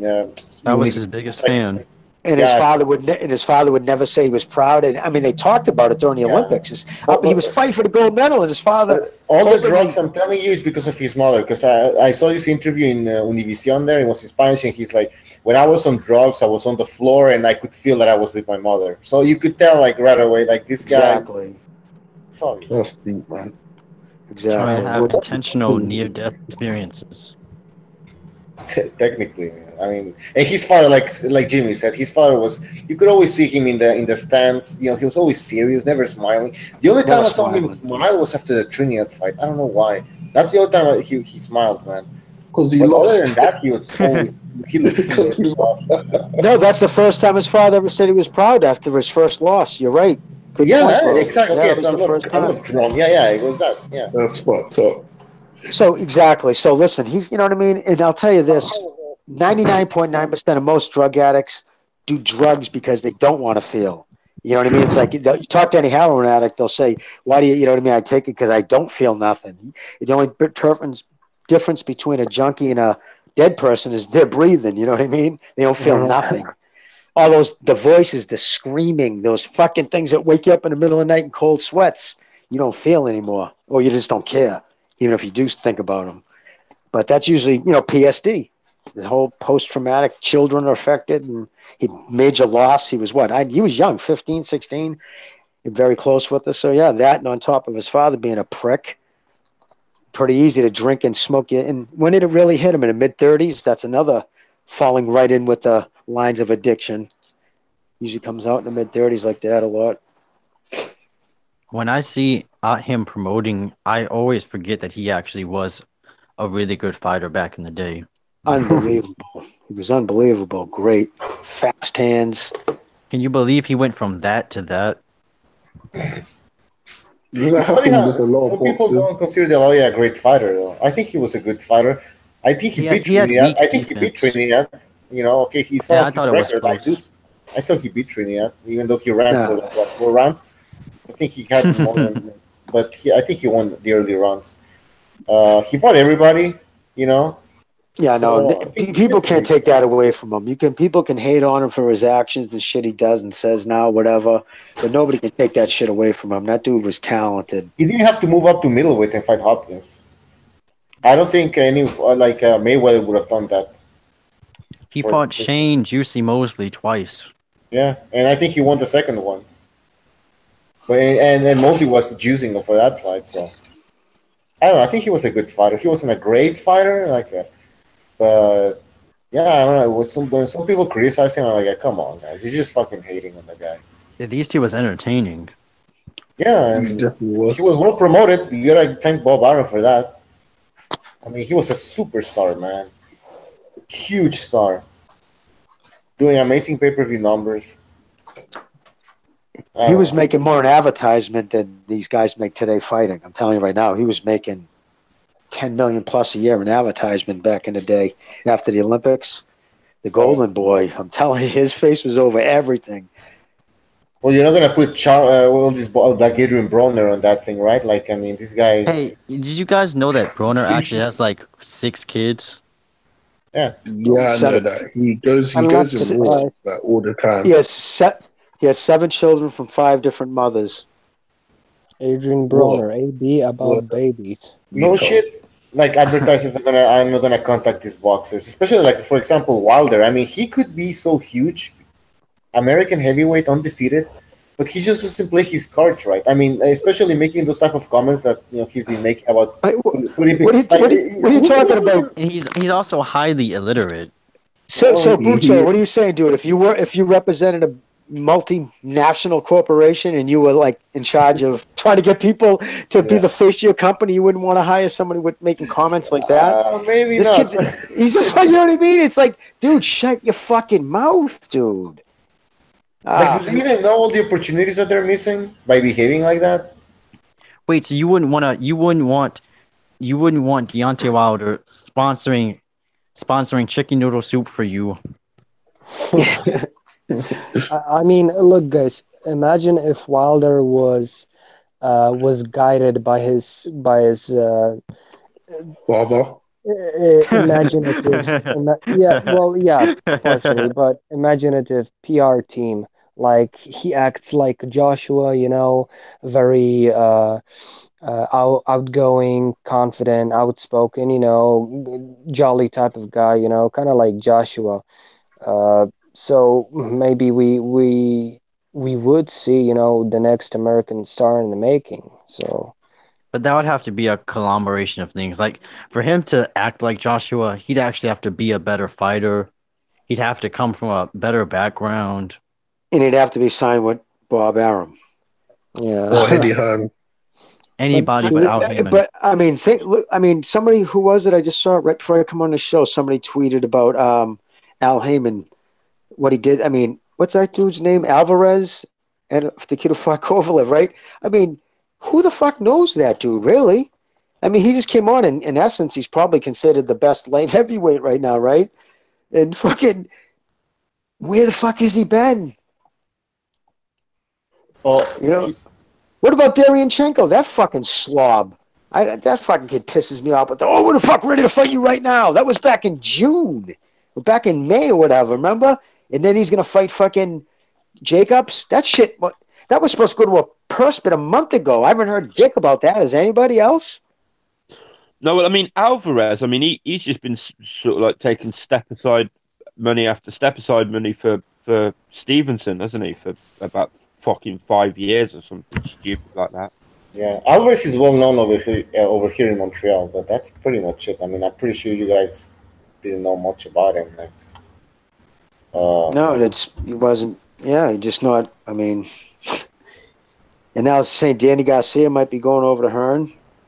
That'd be crazy. Makes sense. I mean, why not? He was one of the biggest fucking Al Heyman fanboys too. He used to pump the fucking PB scene horn louder than anybody. Him and Thurman, both of them. So what do you think's happening? It's like there's not enough. Like it's obviously a better offer. Well, But I'll tell you what I was told about Thurman. Thurman was, if he fought again before the end of July, which I guess he's fine now, but he would have been automatically signed for another 2 years. So if you have X amount of fights in X amount of time or earned X amount of dollars, it automatically extends your contract. A normal boxing contract can be 2 to 3 pages. Back in the day where it was, I'll tell you that. But they say the Heyman one is like fucking 35, 40 pages. It's crazy. what the hell's He in there? does that. He does that on purpose. So he knows these guys are illiterate because they come from ghetto backgrounds. So he does that on purpose, knowing they're not going to read it. Or if they do, they won't Well, understand listen, it. you're So he Danny goes on. Garcia. What was the plan back in 2015 or late 2014? Like you're gonna be on network television. You know, you're gonna be getting all these $1 million paydays.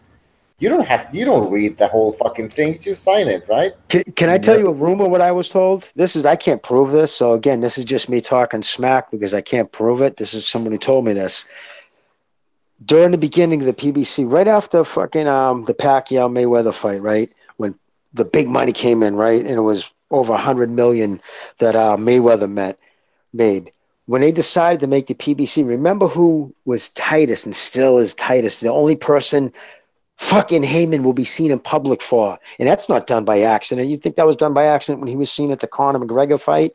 That was Floyd letting the other black people, because it's a thing amongst them, he's the man. He only comes out for me. So to show he's got that kind of juice, I was told that Floyd was in on the meeting when he met with Wilder, when he met with Danny Jacobs, when he met with all the fights. That's why he signed majority black fighters. And they were all sold. You see the money I just made? That can be, they were all sold the song and dance. And they're also inside their fucking contracts. They can't tweet about any meetings they had, any interactions, anything that was said. If you notice when they do try to tweet about it, like Magic Man Tarver, he just tweeted about Al Heyman. They do it very sublimely.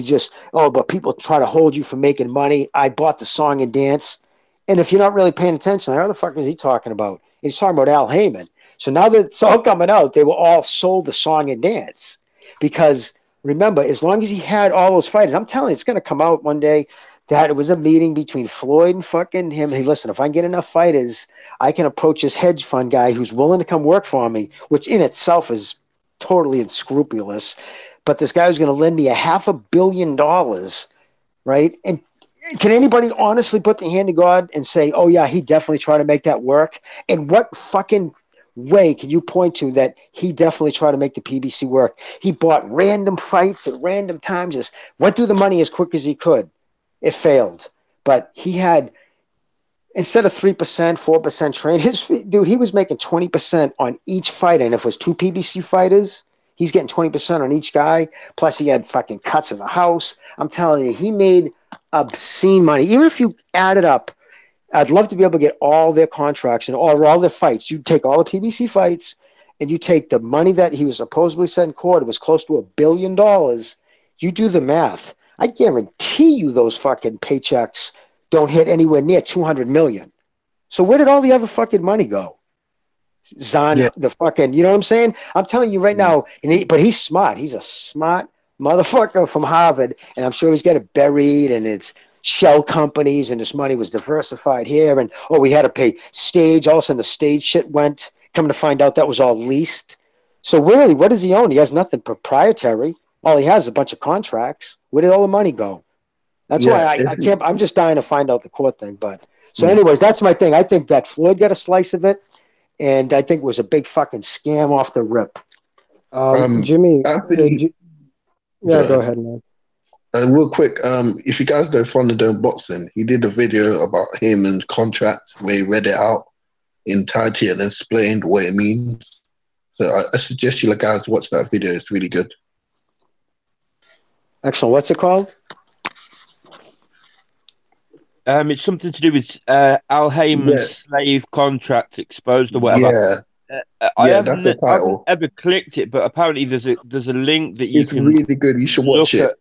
There's like a part where he gets 10% of everything you make, regardless if you're fighting or not.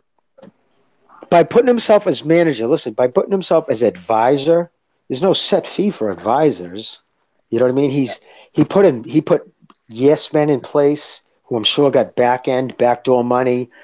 And the fact that fucking he's even had knuckleheads like Espinosa tweets out, oh, like they think that's the only money AB got, and everybody was saying, oh, really? I'm like that. I'm sure the fucking IRS would like to know that, but it just there's money. There was, I mean, okay, somebody could say, oh, he's a fucking conspiracy theorist. All right, say going by facts, what his lawyer said was close to $1 billion.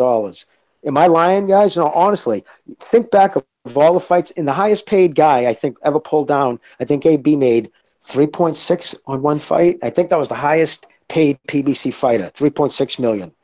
So now you do all the math, go through the fights. It was 2 years. The money was gone. So, I mean, really, it's probably, 52 different events, 60 events. There's no way that money came anywhere near $250 million. So more than half of it went in operational fucking money is gone. Hundreds Something of is millions wrong. of dollars, right? Hundreds of millions of dollars in operational fees. There's no, proprietary. They don't own trucks. They don't have airlines to move equipment. They don't make nothing. Where did the money go? Time buys. Obviously, that's what they're going to say. I bought time buys. I don't know if he could bury money that way. But, Jimmy, Well, I'll tell you what else. yes. I'll tell you what else as well. In the Heyman contract that he has the fighter sign, he doesn't have to pay for anything. There's like a clause that says like the only like expenditure or whatever that Al Heyman is responsible for is providing a gym for the fighters to train in, which is ridiculous. A lot of these top fighters have gyms anyway, Pro fighters don't pay for. You know what I mean? They usually been training in one place long enough. They're like family there, and if they're not, and they go someplace else. Hello, you know how good it is to have a fucking world champion train in your gym. Usually they get paid to train there, Exactly. if it's a big gym. But you know what I mean. So that's figures he has that written in. I'll take care of your towels for you, guy. Why not? Yeah. Don King charged Mike Tyson $8,000 a month back in the early '90s when they had a forensic accountant go through his contracts and shit. He was being charged $8,000 a month for towels. Fucking robbing him. So that's basically what Al Heyman did with his Harvard education. That was about to be the towels that Jesus used. Listen, you follow the comments he made in 2005. He told the vice president of HBO marketing, he told him straight out, I can run this. The guy actually said in an interview, he said, he used to tell me all the time, Christ called me all the weird hours of the night, tell me, I could take over a box and I could run this easy. It almost became, I think, like a part of his hubris. It chewed up his brother. It spit his brother out. He doesn't like the sport. Doesn't like what the sport did to his brother. I don't know what his angle, whether he wanted to destroy it. But you tell me right now, if say Al Heyman, God forbid, I don't want nothing to happen to him, say he was to pass away in a heart attack, would you say he gets put in the Hall of Fame? What has he done as an because you don't go as a fighter, you go as a contributor. What has he done to move the sport forward? He made Keith Thurman a unified champion. Who has he ever taken in the 17 years he's been in the sport from prospect to pay-per-view status? I mean, if Nobody. you ask the right people, he took Errol Spence pretty far. Or they always usually say Floyd Mayweather, and they don't mention the 19 times. Yeah, that's 19 times he was on HBO prior to being signed. So yeah, he was still working with Bob Arum after the contract went up. Yeah, it's just it's asinine. Listen, he took Bob Arum dropped him off at the dance. Heyman opened the door. Boom, end of story. He got the big payday, and all of a sudden he flashed that, and they all bought the Mayweather plan, and they realized now it was a scam. Whose career we got moved forward?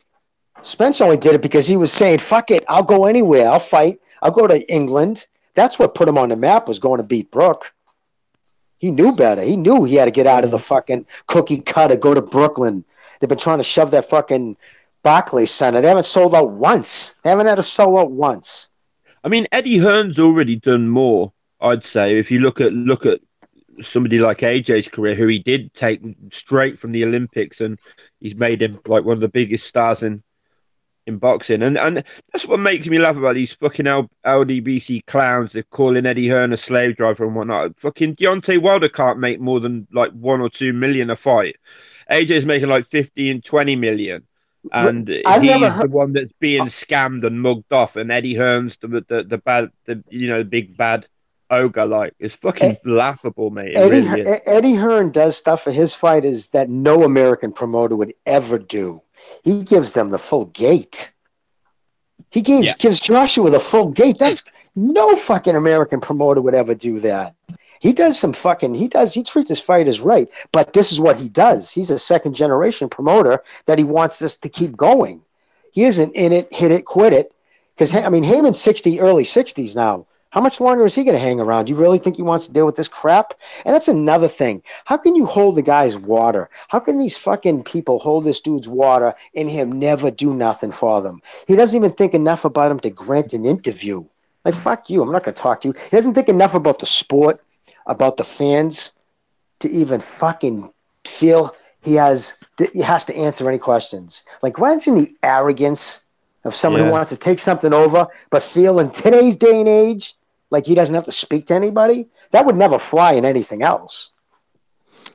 Yeah, Jimmy, I'm kind of curious about one thing that you mentioned earlier, and that was a mistake on my part that I didn't hear you correctly. But you mentioned something about the Heyman fighters having a meeting. Like, no meeting, like probably could have been a fucking phone call, three-way phone call. You know what I mean? Set up meeting, like, and you know what I mean. You could have fucking Floyd hanging out with all his friends. I'm sure he's ready for a call. But him just being in Vegas, and it's a three-way. Hey, it's Al on the phone. I got Floyd. You know, and them just tell him, oh yeah, blah, blah, blah, hit him. And you got Floyd Mayweather. Say you're 19 years old, 20 years old, or you've never seen any real money, and that's the only thing Floyd's about is money. Yeah. Well, who knows? And if you're good enough, if you're one of the fucking guys Heyman really wants to get, I'm sure there was guys they went full press, full court press, pick them up in a private jet. You know what I mean? Wine them and dine like a fucking NBA. I mean, like a college team trying to recruit a kid. Give them a fucking razzle dazzle. This can all be yours. And they bought it all, right? Hook, line, and sinker. And everybody who's got out has said shit is the best they could without really blasting them. Frampton left, Kahn left, Jacobs left, BF left. I mean, they're all bolting. You know what I mean? People don't leave. I mean, they're getting off. People don't jump off a fucking ship unless it's sinking. You know what I mean? The writing's on the wall. Exactly. It's just the culture. It's just the age that if he was a white promoter, he'd be getting crucified right now. Crucified. Just he would, but people are afraid to fucking say it because dude. I think I told you I tweeted I got 2 different people just because of my Avi. I'm a white guy on my Avi. Hey, what do you think of your boy now? My boy. I never even tweeted about Kovalev, and all of a sudden he's my boy just because I was white. Literally. I even asked one guy. He was honest. Goes, yeah, I just saw you were white. I assumed. I'm like, wow, dude. I just instantly blocked that fool. But I just blows my mind. Aren't you like Italian? Yes, Italian, Irish. What generation? Oh, my family came here a long time ago. My family's been here since just before the Civil War, mainly. Oh. So yeah, we've been here a long time. Yeah, we've been in Boston area for years. The Irish side came during the famine, and the Italian side came just before the famine. But the Italian and Irish both came down from Canada. Jimmy, I've had tweets like that about what do you think of your boy now and stuff like that, words to that effect. And you know what? I've never even made a video about Sergey Kovalev. The only time I've ever spoke about him was when I was on the there's a channel in the UK called Boxing Gossip. I don't know if any of you guys have heard about it. I think I've seen a few videos from it. Yeah, so we used to have a podcast every Wednesday, and after the Ward fight, like every just fucking normal thinking person, that second Ward Kovalev fight, like a lot of people said that it was fucking bullshit. I don't know how you can actually, and I've seen that a million times. They even showed it in like the HBO thing where in Kovalev's Alvarez fight. I don't know how you can legitimize that as a real body shot. Hey, you guys want to hear something real quick? They're fucking real funny. Probably the biggest retweet I ever had, most thing retweeted, right after the first Ward Kovalev fight, right literally minutes after the fight, I tweeted, wow, fuck, Kovalev was fucked, got robbed. So right away, this dude, oh, what's the matter? You all upset because your boy got fucked. The whole racial angle, him and me, right? But little did the moron take the time to see the tweet I sent out before the fight. I said, somebody said, Jimmy, who do you got winning? And I said, unfortunately, I got Ward by a bad decision. But I said, honestly, though, I think Ward's going to win, right? So this idiot sent, oh, your boy, fuck, you're all butt hurt. So I just tagged that tweet in right under it, and I said, hey, dummy, yeah, nice talking to you. So it showed that I picked Ward to win. I'm just honest, you fucking asshole. You know what I mean? Yeah. That's the difference. But yeah, I got like 100 retweets. I think The we dude have wa- BDA on the dude was- line. The dude was doing double leg takedowns to survive. He literally was. It was terrible. It's terrible. He lost that fight. He knows he lost the fight. His reaction was precious. His reaction of the fuck it. He looked doom and gloom to all. Said bang. And the fact that he said 6 months prior, I'm the kind of guy, if I ever fucking a bad decision, my character, I couldn't live with it. I'd have to speak out about it. And the fucking turnaround. And then what made it even better was when Floyd says, sorry, dude, you lost. I'm just going to keep it real. And then what did Ward do? Brought up the race. Wow, coming from you, knowing the struggles our people go through, he starts pulling that bullshit. Listen, dude, light-skinned people never go through any struggles. Exactly. I'm tired of all these half-breeds. Listen, I call them biracial. I listen. You're black, you're white, you're biracial. I think it's a separate, different thing because you're right. You can't tell me you're dealing with the same thing a dark-skinned brother's dealing with. Because of just the nature of racism, people who are ignorant to hate people just because of the color of the skin, obviously it stands to reason the darker, probably the more visceral their hate. I mean, Floyd has to support the war just because of the race? Same Yes. race? Yes, Okay. Ward said... Let that sink in. Just let that sink in. How much does that tell you about Andre Ward?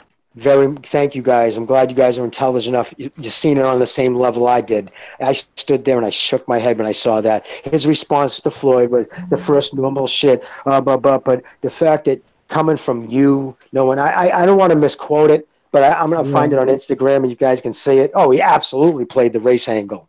Like, how dare you? How you play the race card against somebody the same race technically as you?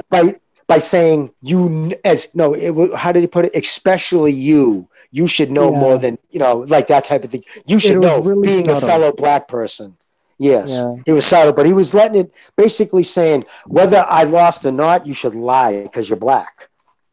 Like, what struggles is he talking about? I don't know. You know what I mean? I guess his father being a junkie. I don't know. What does that have to do with race? His father was white. Exactly. That's right. His mom was the junkie. His father was actually the one making his life better by getting him into a boxing gym.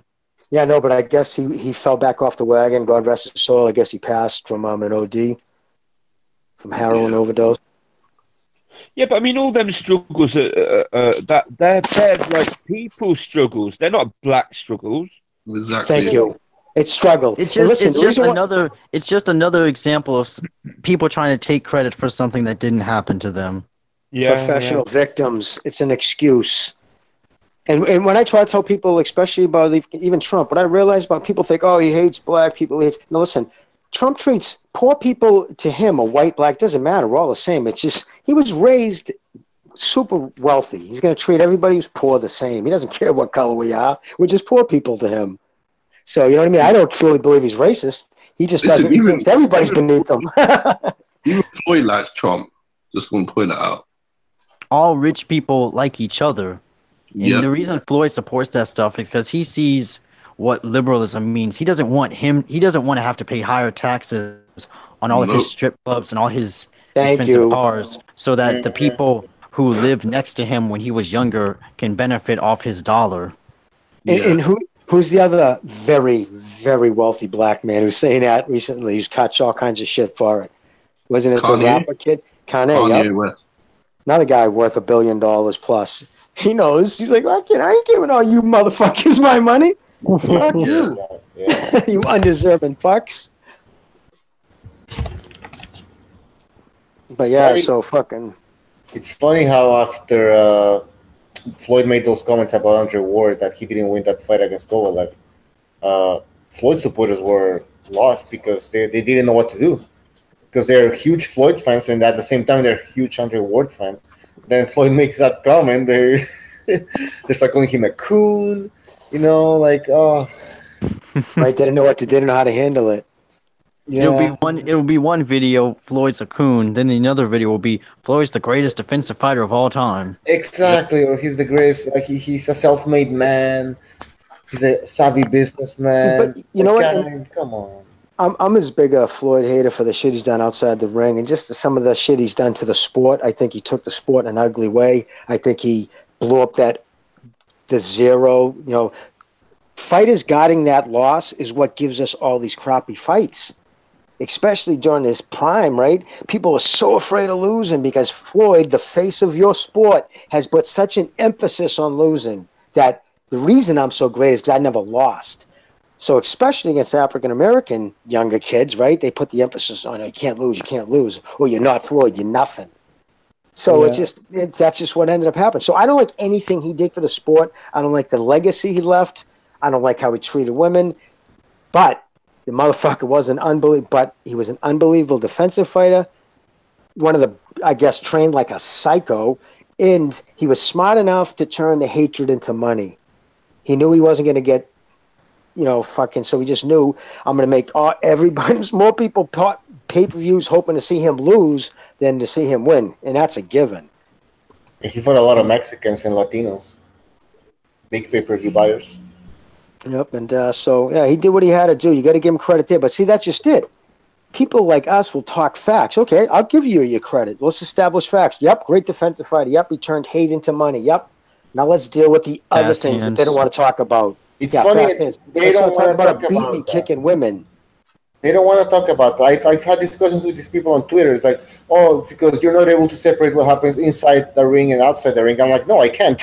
I'm sorry, I can't. Yeah, I can't support somebody knowing that they snort crack and that they're like, well, he's a real good fighter, but like I wouldn't trust him around my kids. And even the drugs, for me, that's a human weakness. I can forgive most people, especially if they ask for forgiveness.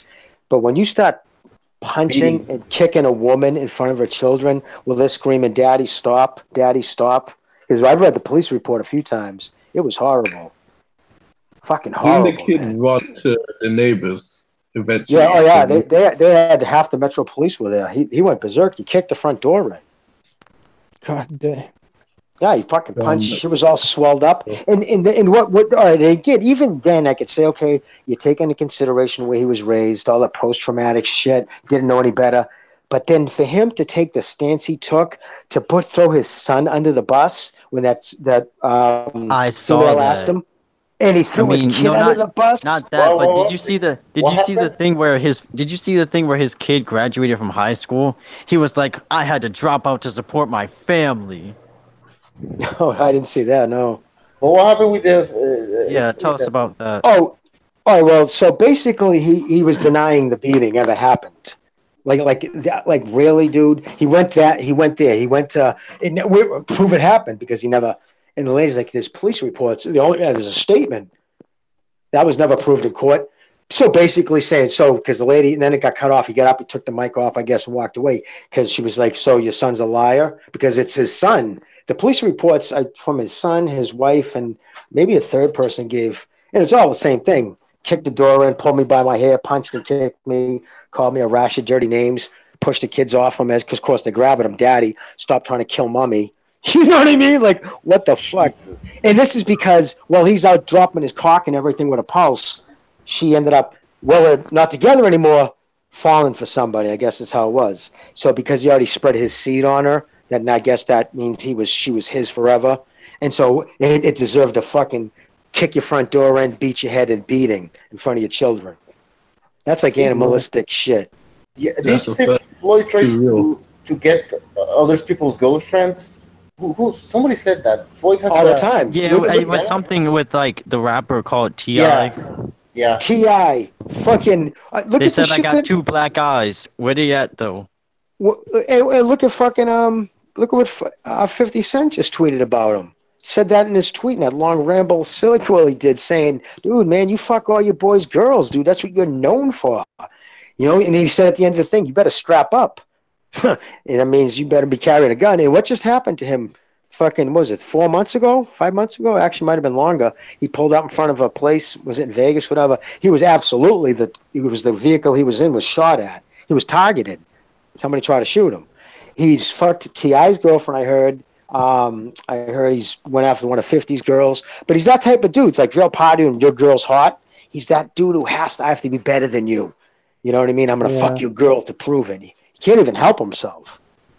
Is that why he has tons of security guards all the time? Of course. That's why Mike Tyson said, dude, what do you mean you're the fucking people's champion? Fool, you can't walk your kids to school without fucking security. Who the fuck are you people of? You know what I mean? Ever see the way he talks to his security too? He belittles them. He talks down to them. Wow. He goats them in. Like, he had this one big, dumb, white, gallon-necked, redneck, kind of like put him in a position where he had to do something, like had to stop this guy. So he kind of pushed the guy kind of hard. So Floyd stopped in the middle. No one, there's all these cameras on him out in front of, it was right after I think a Canelo fight. It was right outside the Vegas Strip. And he spent literally 3 minutes dressing down this fucking meathead. What are you doing? You know what I mean? You don't do that. You put your and just like, and this guy was head down, just belittled him. You could tell he was eating it up. And he turned to the camera. Oh, wow. And it was just like, oh, yeah, no, he's a piece of shit. He's a grown-ass man, 40 years old, has to drive 3 cars to a nightclub. Are you kidding me? He has to park all 3 of them, so, those are all mine? Dude, come on. Imagine being a successful black man and seeing that knucklehead pull up. Imagine going to school, becoming an attorney, deal with fucking, whatever racisms you had to deal, but you still made it work, and now you're success on your ability, and you see this fucking idiot act like that. Yeah. I'm just saying, you know what I mean? Who do you think who's he helping? Who's he helping? Shit like that. All right, I just had to come in here and sorry about this, but I just had to come in here and put a stop to this fucking Floyd Mayweather bashing that's going on. Oh, come on, man. my Floyd Mayweather. You hurt my Floyd Mayweather.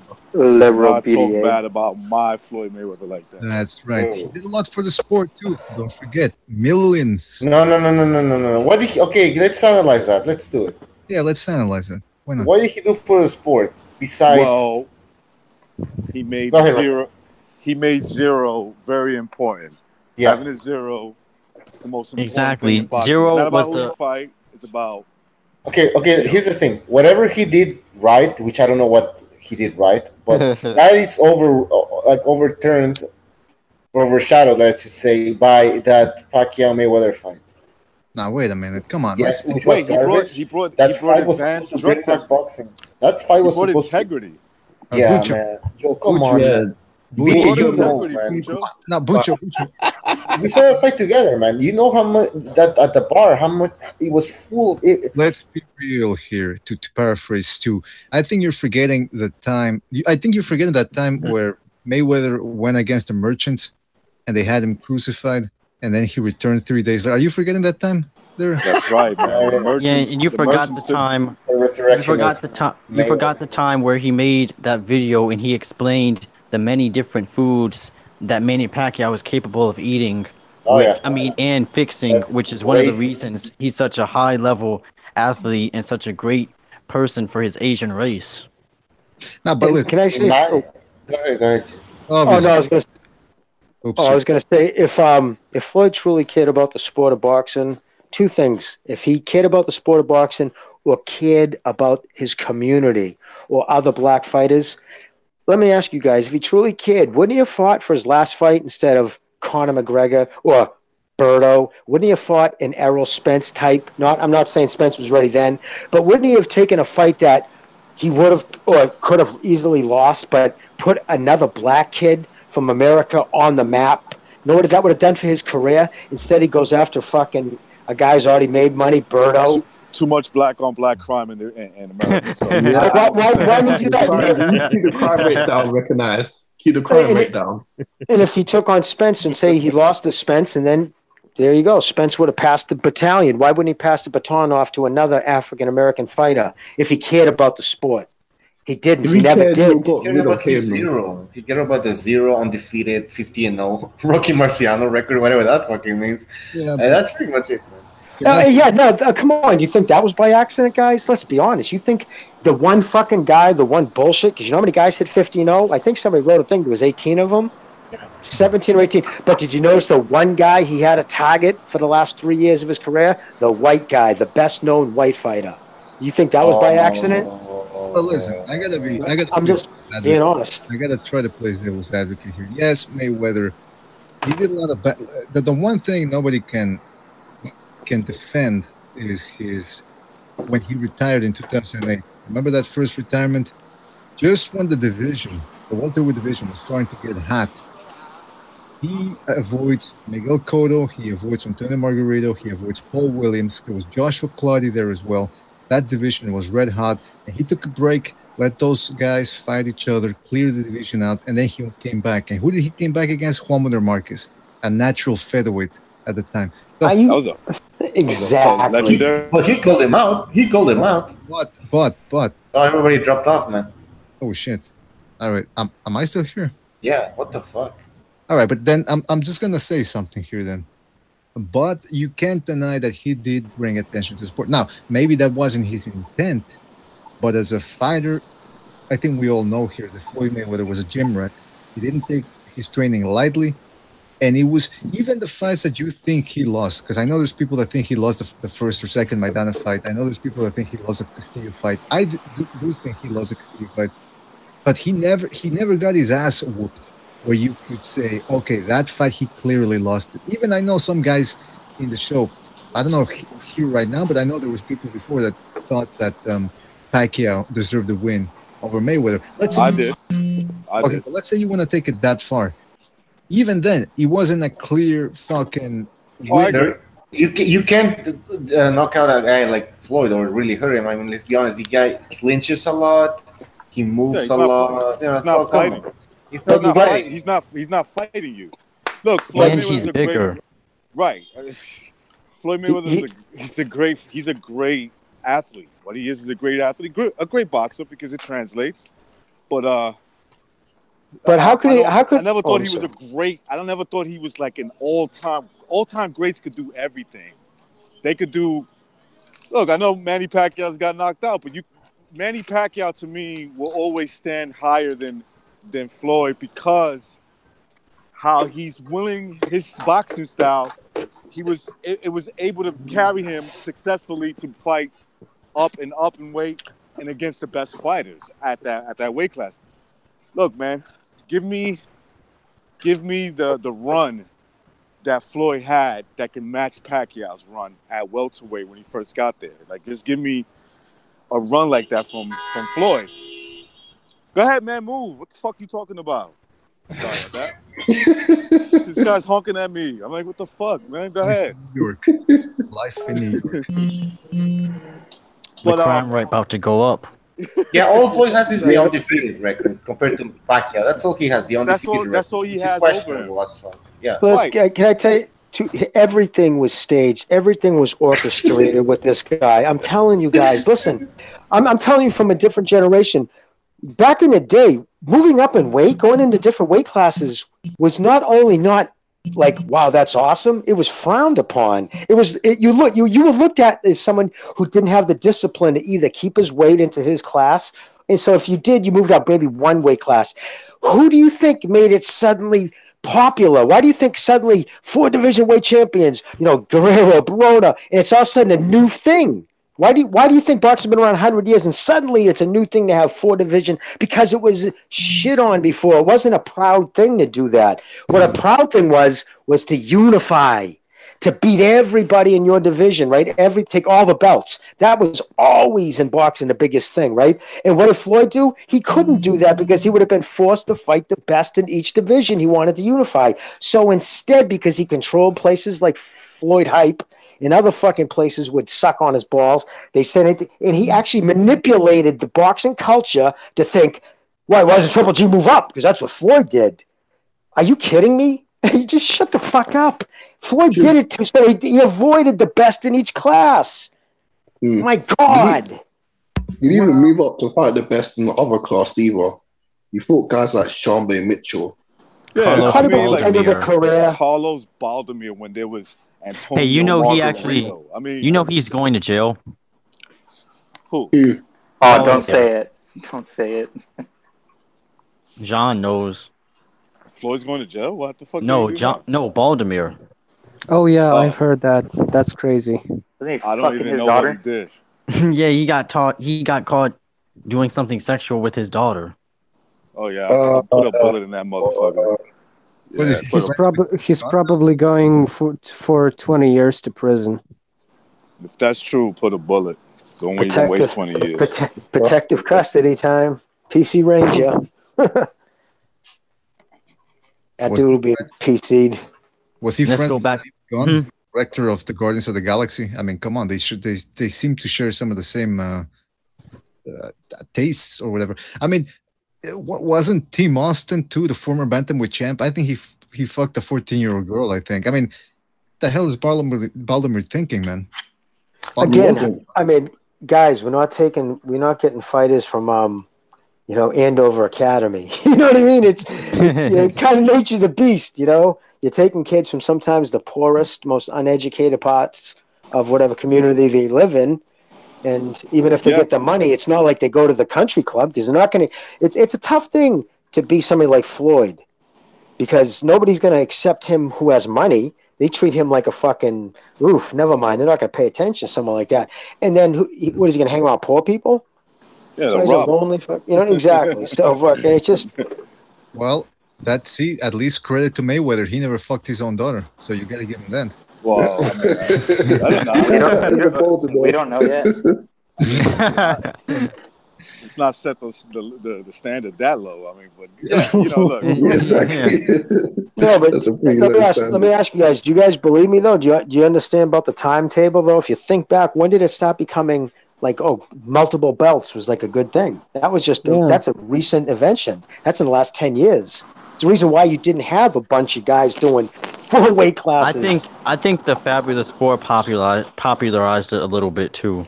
It was Floyd. Floyd did it because he suddenly started pumping it and kept saying how, and Floyd Hype kept saying, man, he's doing it another weight class. Instead of, but why didn't he stay in Unify 140? If he's so great, why didn't he Unify 135? I love how they pump him up, right? Yeah, he's unifying or he's going up to another weight class to be a champion, to be a whatever. But they miss his rival that he did it in 8 different weight classes. Exactly. No, it's just crazy. What's fixing my craw, like Jimmy said, is there's a certain demographic out there that they love to talk about weight hopping and he won this many titles in this many divisions. He won 5 titles in 5 different weight divisions. That's why he's the best. That's what you need to do to be the best. Golovkin never did it. And then when I brought up that Errol Spence needs to move up and stop wasting time at welterweight, all of a sudden it's like, oh no, he made a promise to himself that he was gonna. I mean, what? You mean like all the belts? All those fake belts. No, like Triple G said the same thing. He made a promise. He wanted to, unify the division. You know what I mean? They can give that IBF belt to the fucking Tampa Bay defenseman, Darianchenko, whatever the fuck his name is. Right. But fucking, he's still going to unify. He's still going to be the best. I mean, these fans they can like whoever the hell they want. But when they start talking that nonsense, like that one guy that called into your show, BDA, remember? He was, Triple G's not in my, he's not in my pound for pound list. And when I asked him, why do you have Terrence Crawford in yours? He said, because he unified. What the fuck did Triple G do? No, they can't even hide the distinct. Well, okay, so then it comes down to you just don't like his style. That's what it comes down to. Exactly. But if that was the case, then why didn't they go fucking ape shit for Alexander Usyk? Usyk. Because he's white. Huh? I wonder why. And nobody did it. Why didn't they jump on the Lomachenko train? If it's all about the fucking moves, wouldn't Lomachenko be the person they'd be doing fucking Right? flips over. Look, Instead, they go the other way. I've heard a Right? few videos where people would like say, it's not that I don't like, and I get this to a point before I finish. They would be like, it's not that I don't like the fighter. I don't like their fans, and I'm like, okay, you know something, because that's the way I feel about Wilder fans, Errol Mayweather Spence fans, fans. Errol Spence fans. Like these are fighters that I generally kind of enjoy in my own way, not the way they suck. The way they suck these fighters off, but I enjoy watching them for different ways. I enjoy watching Wilder because he looks like he's going to implode any minute, right? Errol Spence because you can see him still learning on the job. He's still raw, and anytime he can lose. So those are enjoyable fighters to me. But the whole, I'm not a Usyk or a Triple G fan or Lomachenko fan because of the fans. I get it to a certain point, but these guys are the same way. There's another one. I don't like Lomachenko or Golovkin because they are hyped up by like HBO or whatever. So it's like so they're basically saying I don't like them because they have a better promoter. Their promoter's white, and therefore they're doing a better job. Because that's what hype is. Hype is promote. So they cut their. Oh, don't get me started. When they said that's the worst one. Oh, the hype jobs. Oh, you mean promoted? You fucking knucklehead. Oh, you mean the promoter doing a great job? Because that was never fucking Heyman's plan. He never cared to promote anybody. Let's just say, if, like, to your point, Jimmy, like what they say. Let's just say if Lomachenko is a hype job, then you do admit then that Bob Arum is doing a really good job. Exactly. No, it's contradiction after contradiction. I don't even think they know what that means. I don't even think they know what contradiction means. I'm being honest. I don't really think they know the meaning of it. No, they know that when I do something, it's right, but when you do something, it's wrong. Right. I mean, somebody sent me a link to a guy. I've never heard of him. I never heard anything from him since, but I listened to about 4 minutes of a video, Blood Boxing. This dude sounds like he just rolled out of prison. Come on. Racist. Please. A grown-ass man talking about shooting fucking Steve Kim and shit. Like, this is a dude who's... Oh, my God. Born again hard. You're gonna laugh at this. Blood Boxing was saying when he found out about the Zone and Eddie Hearn and the $1 billion deal, he's like, he ain't got no $1 billion. Look at this website, the Zone website. Look at the website. Does this look like $1 billion website? I'm like, are you? How do you argue with those kind of fucking? I mean, seriously, how do you argue with that? This is genius right there. You guys see the post fight with Lomachenko Rigo? He was 78. That was so funny. They were like, and people were calling them cotton pickers. Yeah. 78. There's another one he does a video talking about how he was all swole up when he was in prison. You was swole up like his anus? Yeah. Like, who tells people that on fucking? Who talks about being in prison in your boxing video? I know. Like, what's the brag about being incarcerated? What type of fan are you trying to attract with that? Bragging about being swelled up in prison. I don't know. You swell up a dick. You know what I mean? Like, you're obviously targeting a certain person, and you're also, that's what Spence is doing. I lost a lot of respect for Spence recently. How many tweets has Triple G or Lomachenko tweeted out that was racially diversive, purposely to show that they were for white fighters? Oh shit! Everybody fell out again. Bucho, what are you doing, man? You gotta. Oh, here, man. Apologies. I'm here. I didn't drop out this time. Yeah. Some laundry. A lot of these guys get incarcerated. Sorry, I got bounced. Oh, I thought I was muted. Sorry, buddy. I don't like what you're saying here because you're saying, well, you're putting these guys down for having been in jail. A lot of the times, these guys are incarcerated by the system and by the man. All right. I don't really like this. I know, right, BDA? Because like I know I killed that guy, and I never really seen him before. All I know is he said something about my sneakers, and I just couldn't handle it, so I shot him. I don't know why the court is talking about I gotta spend 30 years to life and stuff. All I did was kill somebody. He knew he had it coming. It sounds like the man. Well, Because you're right. how's the man put you in when you're in fucking like Nest? Didn't he go away for fucking child support? I know that's what he was No, locked that up was that for. wasn't his fault. Is that what he That was the hates? man's fault. Jimmy, do you think that's why he hates like the white man? You could say, you know.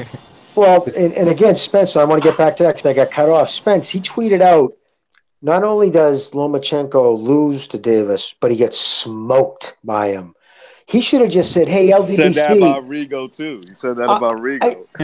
Seriously, and listen, he knows in his heart if Lomachenko was to fight Davis this weekend, Davis is done. Would work him, and he knows it. He's just doing that to let the fucking community know where his flag is planted. And I'm like, fine, dude, you want to fucking do the ideology thing, tribalism? Fine, buddy. You just lost me as a fan because I just want you to fight. Is that why those guys wear fur on their trunks? Because they're trying to show that they're still part of the African tribe. Did you see Danny Jacobs' last ring walk? That was fucking. It was cringeworthy. Come on. Eddie Hearn did that shit. I think Eddie Hearn told him to do that. He had his wife and his son were dressed up like they were coming to America. Oh yeah, that was funny, man. Ah, get the fuck out. Elijah Muhammad there, boy. Because I gotta ask a question. Have you guys seen those YouTube videos or YouTube channels rather, where they teach you like the rules of prison? Like they try to school you on, all right, if you're gonna go to jail, this is what you gotta do and this is what you gotta do. I'm like, whoa, YouTube has everything. I mean, let's take it serious. If you, no matter what, no matter who you, no matter who you are and who you think you are, if you drop that soap, we're gonna have problems. And that's how I knew, because I was a fucking screw for a while. That's how I knew these guys bending the can just from the shit they were saying, because I saw that video too. They were talking about you can't look in anybody's cell because you're looking into somebody's house, and I'm like, oh, that's true. I've seen. Oh no, if you're upstairs where I worked, it was no, seriously, dude, you have no idea. Let me tell you, dude. Listen, I know it's funny, right? But let me tell you, I've seen people get thrown off the third fucking tier for looking into somebody's cell. Let me tell you. No, seriously. I saw Dennis Day. This is a white kid, though, did this. The sickest dude when I was a screw was a 5'7" white kid with thick Coke glasses. When he talked, he had phlegm in the corners of his mouth. Everybody was afraid of him. He killed 7 dudes when he was in there. His thing is he'd jam a pen or a penciling and kill you. But the last kid he killed when I was there, he threw him off a third rail. First, it was a setup. He had the 2 Borelli brothers grab the kid. They wrapped the fucking, you know, the buffer they buffed the fucking tear with? They wrapped the plug cord around his neck and threw him off, and his neck snapped. You know why? Because when he asked for his bread tie back at lunch, he said, hey, let me get my bread tie from, I guess the kid shunned him off, turned him, said, yeah, I'll get it after lunch. Because of the disrespectful way he said, yeah, I'll get you after lunch in front of everybody, they murdered him. They threw him off the tear. Shit. Swear to God, in a bread, because those are, they changed. When I was there, they stopped because everybody was blowing the place up and starting fires. You would take your bread tie, you peel the shit off it, and what you do is you fray the end of a Q-tip. You plug into your cell, and you stick the fucking bread tie in there, and it sparks. It catches the Q-tip on fire. That's how you light your rolled cigarettes, which they would use rolling the rice paper out of the Bible. That's why you can't find a Bible in prison has the back pages. If you think about it, when you walk past a homeless guy, aren't you also looking in his house too? That's what it is. No, seriously, no. I would tell kids like they were newbies. I'd say, dude, when you're walking down the tier, don't look into people's cells. Listen, the one thing I learned about the all male university, that's what I call it. The all male university. The one thing I learned is that it doesn't matter who you are in the streets. Once you're in there, it's like it's just a different ball game, man. It's like they knew their charges. It's like if you just happen to be in the right place with the right click, you know, you're the biggest baddest dude on there. I mean, there was guys that when I was in the all male university, and that's how I call it, right? Did you go to Rikers? Oh yeah, I was in that motherfucker. You went to Rikers? That's a hellhole, man. That's a fucking hellhole. There was dudes in there that had like so much connects, and they're like fucking 5'5". I'm like, dude, I will strangle you to death. Like let me tell you, Rick, they use that prison. You and just choke you to death, but you can't touch him because you got like fucking Well, the You know, Latin 50 Kings, guys. the Oh Latin Kings had man, that shit back tied then they down. had that shit locked down. Yeah, they used your And the prison thing, and the as a thing is video. about them. The thing is about them, right? Like you would think, oh, I'm black, I gotta watch out. No, the Puerto Ricans that chose not to be down with them, those are the ones that had to watch out. Targeted. Yep, Oh big yeah, time. we had to watch out Big big time. time. Like, oh, you're not gonna get Hey, down with Can us? I ask you your Spanish? What's I never asked anybody when I was there because they would do it. I remember the first time they scared the fuck out of me. They would pick certain times and all at the same time. It'd be 1 o'clock in the morning, dead quiet on the chair, and they'd all go, "Bah!" And they would yell this thing in unison in Spanish. All the Latin King members, they do Oh it no, all the time. it's called Alto Rey, Alto Rey. Yep, there it is. Yep, Yeah, that's what they would yell. Alto Rey, and Yep, yep. There it is. whatever. Oh my God, I heard that so much. And for instance, if you didn't say it, like let's say me, right? Back, Say yeah, you would recognize. catch a beating. Oh, recognize, no Alto Rey, no Alto Rey, and I'll be like, stay silent. All right. Hope everything goes well. You know what? That's how they would talk to you, man. Here we have it, Jimmy and a recognized trading, talking shop, talking prison stories. Oh, God. But I just want to tell you, they get separated too. You know the whole unity. You know these kids who backed. I'll tell you real fun. You know the kids we used to call them wiggers back in the day in the '90s, right? The kids who acted Like black, Eminem. right? So I'll tell you, you know what? You want to talk about a rude awakening? So they would go into the can thinking, well, I even know some of these black dudes in the street. I hang with them. I couldn't believe, man, how racially instantly segregated it becomes, and they're the most hated motherfuckers. Because what happens? They come in, they get with try that to. KKK group. You just got to be with your own. It's segregated that way. And what it is they try to get with the blacks, and once the whites see that, then you're done. You're fucking done. And the blacks, if you're catching a beating, they're not going to help you. I saw that happen so much. They ended up becoming PC Rangers that check in. That's what they used to call it. They'd have to check in protective custody because they catch so many ass beatings.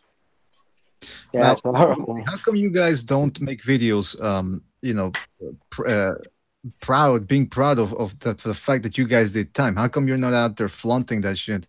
Because you don't want to show that, because then other people are going to think it's all right to go to jail. Well, that's what I'm saying. That's what we're talking. Listen, prison's the worst place in the world. I'll tell you what prison life is. You live in a constant state of fear, interrupted by bouts of sheer terror. That's you the whole time. Swear to God. I got a question. I got a prison question. How did you get? Oh, yeah, go ahead, John. Hey, Jimmy, and Recognize, did you ever hear about somebody getting a domino in prison? It could be a different term. I'm sure it's something I heard. Say that again. A domino. Oh, wait. Repeat the question. Have you heard of anybody, in your time you spend in prison, hear about somebody getting University. a domino? Oh, okay, university. Getting a domino? Getting beat up over dominoes? No, getting a domino. No, I never have. Oh, but not that term. I know what he's talking about, but I've never seen it. No. The worst thing I've never seen that. Okay. What is a domino? Okay, How is it? A buddy of mine went to prison. Oh, go ahead. I'm sorry. All right, so go ahead. I'm sorry. I didn't mean to cut it. Go ahead. No, go ahead, sir. This is killing me over here. Yeah, tell me what a domino is. What's a domino? Say it. What is it? All right. So this guy that I used to work with, he came back to work after he got out of prison, and he was telling me that people over there, this is near San Antonio, Texas. He said, these guys get dominoes and shit, and it's for their chick. So when they get out and they fuck their chick, it feels good. I'm like, what the fuck is that? And he told me that they get pieces of dominoes, or they get dominoes, and they shave it down to a certain shape. Then they get said domino, and they talk to somebody else, and they put it under the skin of their cock, and they kind of put the piece of domino inside their cock, and it heals, and when it heals, you permanently have a domino in the shape of a heart or a star or something like that inside your cock. No, I never heard of that. Oh. Okay, good. Okay, the even worse thing, I didn't believe. I thought you was talking about. I thought you was talking about the domino effect that they do when they beat somebody up. They call it But go ahead. It's a domino effect. It's totally different from what John is talking about. Hey, John, if these guys are walking around with dominoes in their dicks, does that mean that a bunch of store owners are running around their cocks? Gapi cool, motherfucker. No, I didn't believe him. You know, I thought it was the funniest thing I ever heard, and I thought he was just fucking with me. I hope And he then was. No. I hope he asked was, me if I man, wanted to see because the domino Yeah. effect beatdown is exactly the way, like think of dominoes all put together, and that makes more sense. I never seen it done. But If The I was worst. in jail Oh, and somebody came up to me and says, "Hey, listen, you want a domino in your cock?" I would have been, you know what? I'd rather not. I think that could get infected. That's the what I would. the nastiest thing I saw in there was this one kid, this fucking Irish kid. I forget his name now. He kept getting raped like all the time. This kid was just targeted. He wouldn't check in, so they kept raping him. So what he did was he took a fucking toilet paper dispenser and he taped it up hard enough where it wouldn't crush. And then the razor blades is one of the reasons why. And well, you know this. This is about You to always get got to give nasty. you give your razor back. You got to give your razors back. You know, the little disposables, because they crack them open. They take the little strip. So he put a cross inside the tube and he shoved it up his ass. So the next time this dude, My and it was the God. kid, and I'll tell you the dude who got cut up too was Billy O'Brien. If you think I'm lying, Somerville, Massachusetts, he murdered his best friend at 14. He murdered his best friend's mother. He stabbed her 92 times and raped her. And he was the biggest rapist in the prison I was at. He grew into this big goofy man child. He was like 6'6", 300 pounds, and he was raping everybody. He was a psycho. Yeah, and this kid shoved it to him, went right, and the kid cut his cock all up, nasty. Then to sew it all up and shit. Oh, gee. Yeah, swear to God, yeah, that happened. That was one of the worst things I ever saw. And I'll tell you, dude, when he gets his cock cut up, he bleeds like a prick. You guys ever seen this show called The Boondocks? Yeah. The cartoon? Yeah. There was I like know this. I know There was what like this. Yeah, he knows where I'm. He knows where I'm going. There was like this one guy. He was like he was an openly homosexual, and he was in jail. But he would always be like nice about it. So he'd go up to a guy. He'd tell him like this. He's like, "I like you, and I want you. Now we can do this the easy way, or we can do this the hard way. The choice is yours." Oh, that was based on a real interview, right? Yeah, I know it was a real dude. Yeah. Review. Have you Then guys he's seen? like, and he was like, "Booty is more important than eating food and drinking water." Well, the sisters, where I was at, the sisters wielded a lot of power because if they were good, they had some of the badasses, dudes who were doing fucking natural life. So if you're coming out of there in a box, that's the closest you're going to get to pussy is some dude's mouth or his ass. You know what I mean? Seriously, that's why even the mob back in the day, they would say, "Don't count if you fuck a guy, you're not gay." That was even in the mafia conduct. But so you know, it is what it is. But so if you're like a guy who looks like a girl, I'm telling you, you got some fucking crazy motherfuckers who do shit for you. So they don't get as targeted as much as you would think. It's If interesting. you were an ugly bitch, you got beat up on. But seriously, These a guys guy seen like episode Takashi, 6ix9ine will get murdered in prison, man. Imagine Yeah, if he really eaten had alive, that. Imagine if he really had that look, like without the money. eaten alive, eaten alive. They would pass. Isn't he actually? I never noticed it underneath his ghetto tattoos, but is he actually Asian? He looks like it, yeah. Dude, swear to God, I'm If telling you he right is now. Asian, he's getting destroyed. Hey, real quick, I'll tell you exactly what would happen to him. I'll tell you exactly. He would check in first day, go through intake. He'd spend his first 4 days. They keep you in the hole to get, pick where you're going to go, different levels. They'd put him in. He'd be acting tough and all gangster. Within the third night, you'd walk by his cell and he'd be braiding somebody's hair and folding their drawers. Shit you not. I used to see it all the time. Hard guys, next thing you know, they're fucking braiding dudes' hair. Yeah, because the thing about prison, man, you got all the worst of the worst. I mean, you got dudes that are like, I'm 20 years in prison, saying that I'm 20 years in prison. Fuck it, I'm gonna have sex with men. When they decide to cross the line, they'll take that ass. Yeah, and some of these dudes were jacked up too, big jacked dudes. So I used to tell them, man, just start stabbing, grab yourself a toothbrush. You could always tell them when it was going to be shit because all the bread fucking bags were gone. There'd be a bunch of bread in the barrels. This kid in Rikers showed me how to make a knife out of a toothbrush. Oh, that was my favorite weapon right there. I was like, Yeah, I'll you fucking you stab stop this you dude right in stopping his up, but throat. they take the bread bags. You know those in prison they come really long. You buy a loaf of bread and it's like a little longer than a one wonder. And they would take it and they would put it on their arms. Say if you stab somebody, arterial spray, pap, pap, pap, you whack them a few times, it sprays. Usually sprays your hands. So right after they're done, they stab, they just roll off the fucking bread bags, drop it on the ground and walk away. And that way, the COs grab you, look at your arms, there's no blood spray. So if you But you know what's so if you sad? start bread in the barrel, I'm sorry, go. You know what was sad, Jimmy? Like I'm sure you've been in the old male university like I have. So so you ever see these guys that go in and they're like so fucking pussy that it's like, God damn, fight back, do something. Like you got to do something. You just can't stand there. Just let these guys they'll actually start crying. Start crying. You ever seen that? Well, you think about it too. It's all alpha male, right? And it's in the worst primary. Yeah. It's in a primal. You're living on a primal energy in there. Violence can break up, as you know, in a split second. Mm-hmm. At any time. So it's a hard way to live in.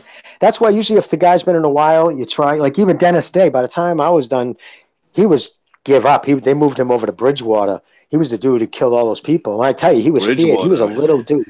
Yeah, Bridgewater Hospital. Yeah. Oh, I thought you were talking about Bridgewater. No, it's a prison. It's a prison too. It's Bridgewater prison. It's got a hospital wing. That's up there in Mass, no? Yep. Oh yeah, Massachusetts. Yeah. That's where he is now. But he was the most feared. He was. He got 3 life sentences. He pretended he was a police officer and he murdered a couple at Christmas Eve because he thought he had coke in the house. Yeah, he was a genius. I got. But you know what fucked up thing too? What's that? I'm sorry. Oh yeah, finish it. No. That's not. It's not even important. It's sick. I don't even want to say it actually. Oh, so, all right. Is the shower stuff real? No. Where I was at. Where I was at, yeah. I just it never these things would happen. This is the way I see it, right? They knew who to do it to. Like, look, I've always been a physically imposing man, so maybe nobody ever tried me in that sense. I've always been pretty tall, pretty big. So, I was tried in different ways. But yeah, that shit, at least where I was at, it happened. So nobody ever. So you never dropped the soap on the floor, and then somebody came up behind you and said, "Wait a minute, you didn't get behind your ears." Because you get jumped on if you were if you try to fuck with. Now that shit happened. They would catch you alone. Usually, and if they're gonna rape, it's not just one guy. Because I don't care how small you are. Usually, if you fight back, you fight. So it's usually when they rape you, it's usually a fucking group of them, and as a group, it usually gets known for. But usually, strong arm is the first thing. They usually test you. Give me your sneakers. They'll just go right to your cell. Give me your sneakers.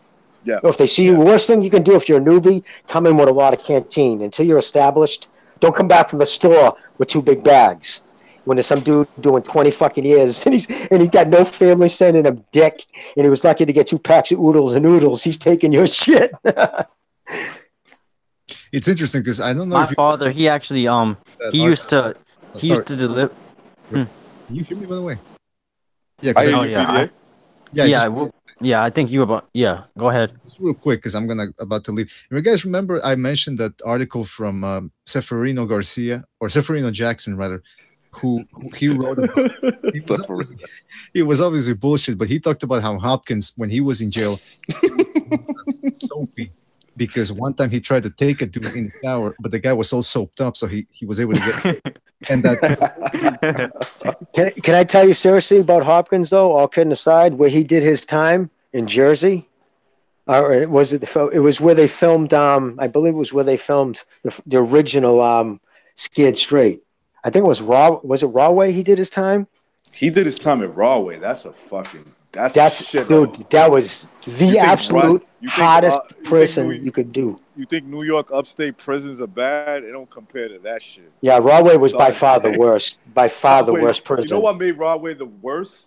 Because think of Jersey, where it's geographically where it's located. It's between Pennsylvania, New York, and all those other southern.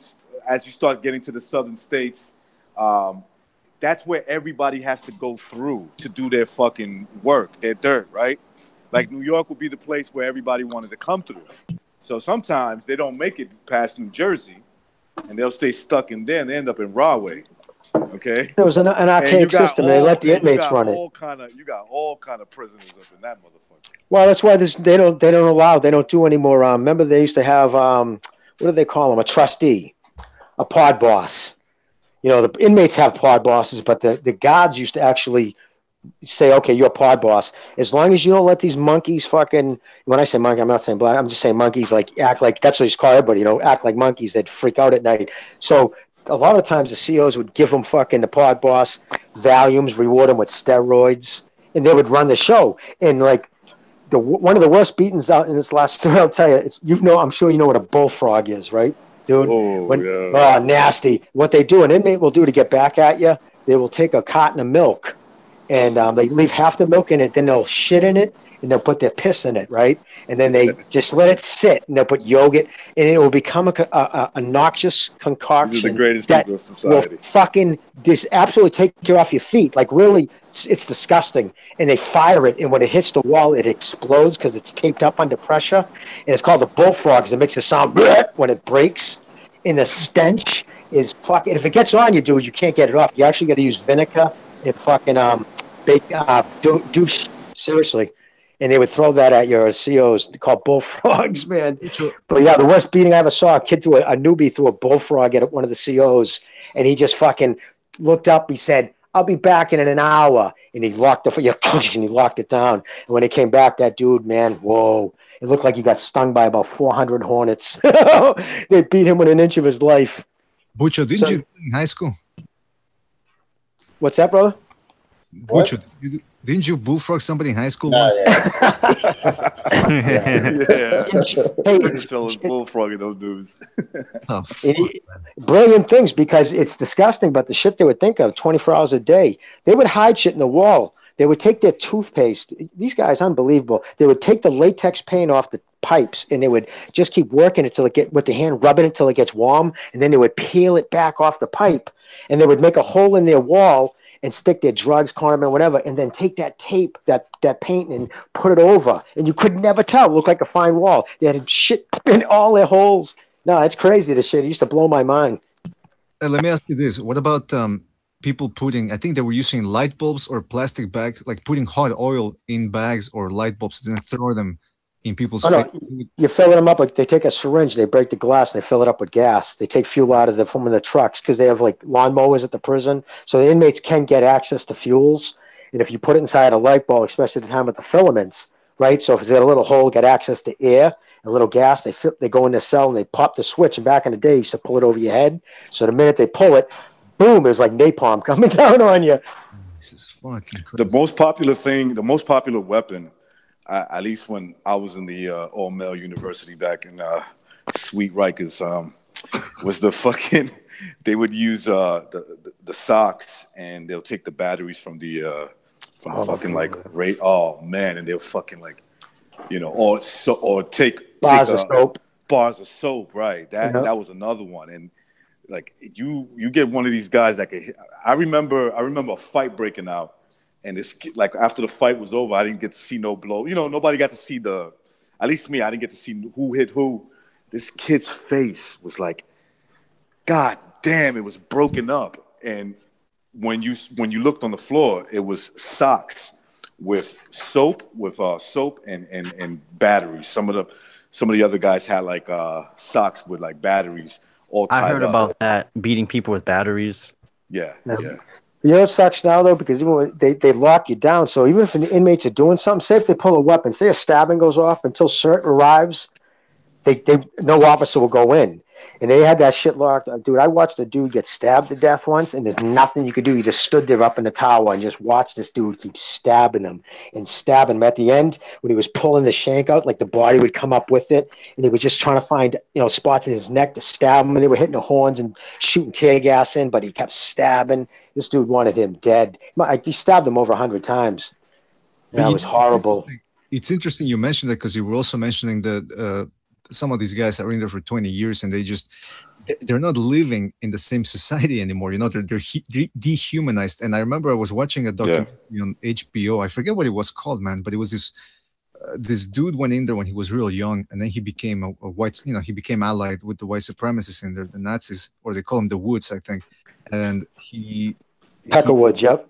yeah, Peckerwood. He ended up stabbing another guy, and like you said, like he's stabbing him, and everybody's on lockdown, so nobody goes in, and they're just watching him stabbing this guy. So he would get up from stabbing him, and he would scream at the guards like, "Come on, motherfuckers!" And then he would go. Oh, up in Idaho, the white supremacist kid, the black-haired kid who got sentenced for life. He's on death row now for that. I saw that video. Yeah, it was disgusting. He kept stabbing him. He'd get up and taunt the guards, and then he would kneel back over the dude and keep sticking him, and that other guy was holding his legs. But you know what was interesting is what he said afterwards. He said, because they asked him, like, why did you keep stabbing him so many times? He said, all I can tell you was that he kept moving. If he would stop moving, I would have stopped stabbing him. And I said, fuck, that encapsulates the mentality that these people have. They're like animals. They're like, if you keep moving, it's like an instinct to keep stabbing or to keep attacking. It's like, you ever see guys that they punch, they'll punch somebody on the floor when he's already like knocked out. They keep punching him. Right. That's like, how you kill somebody.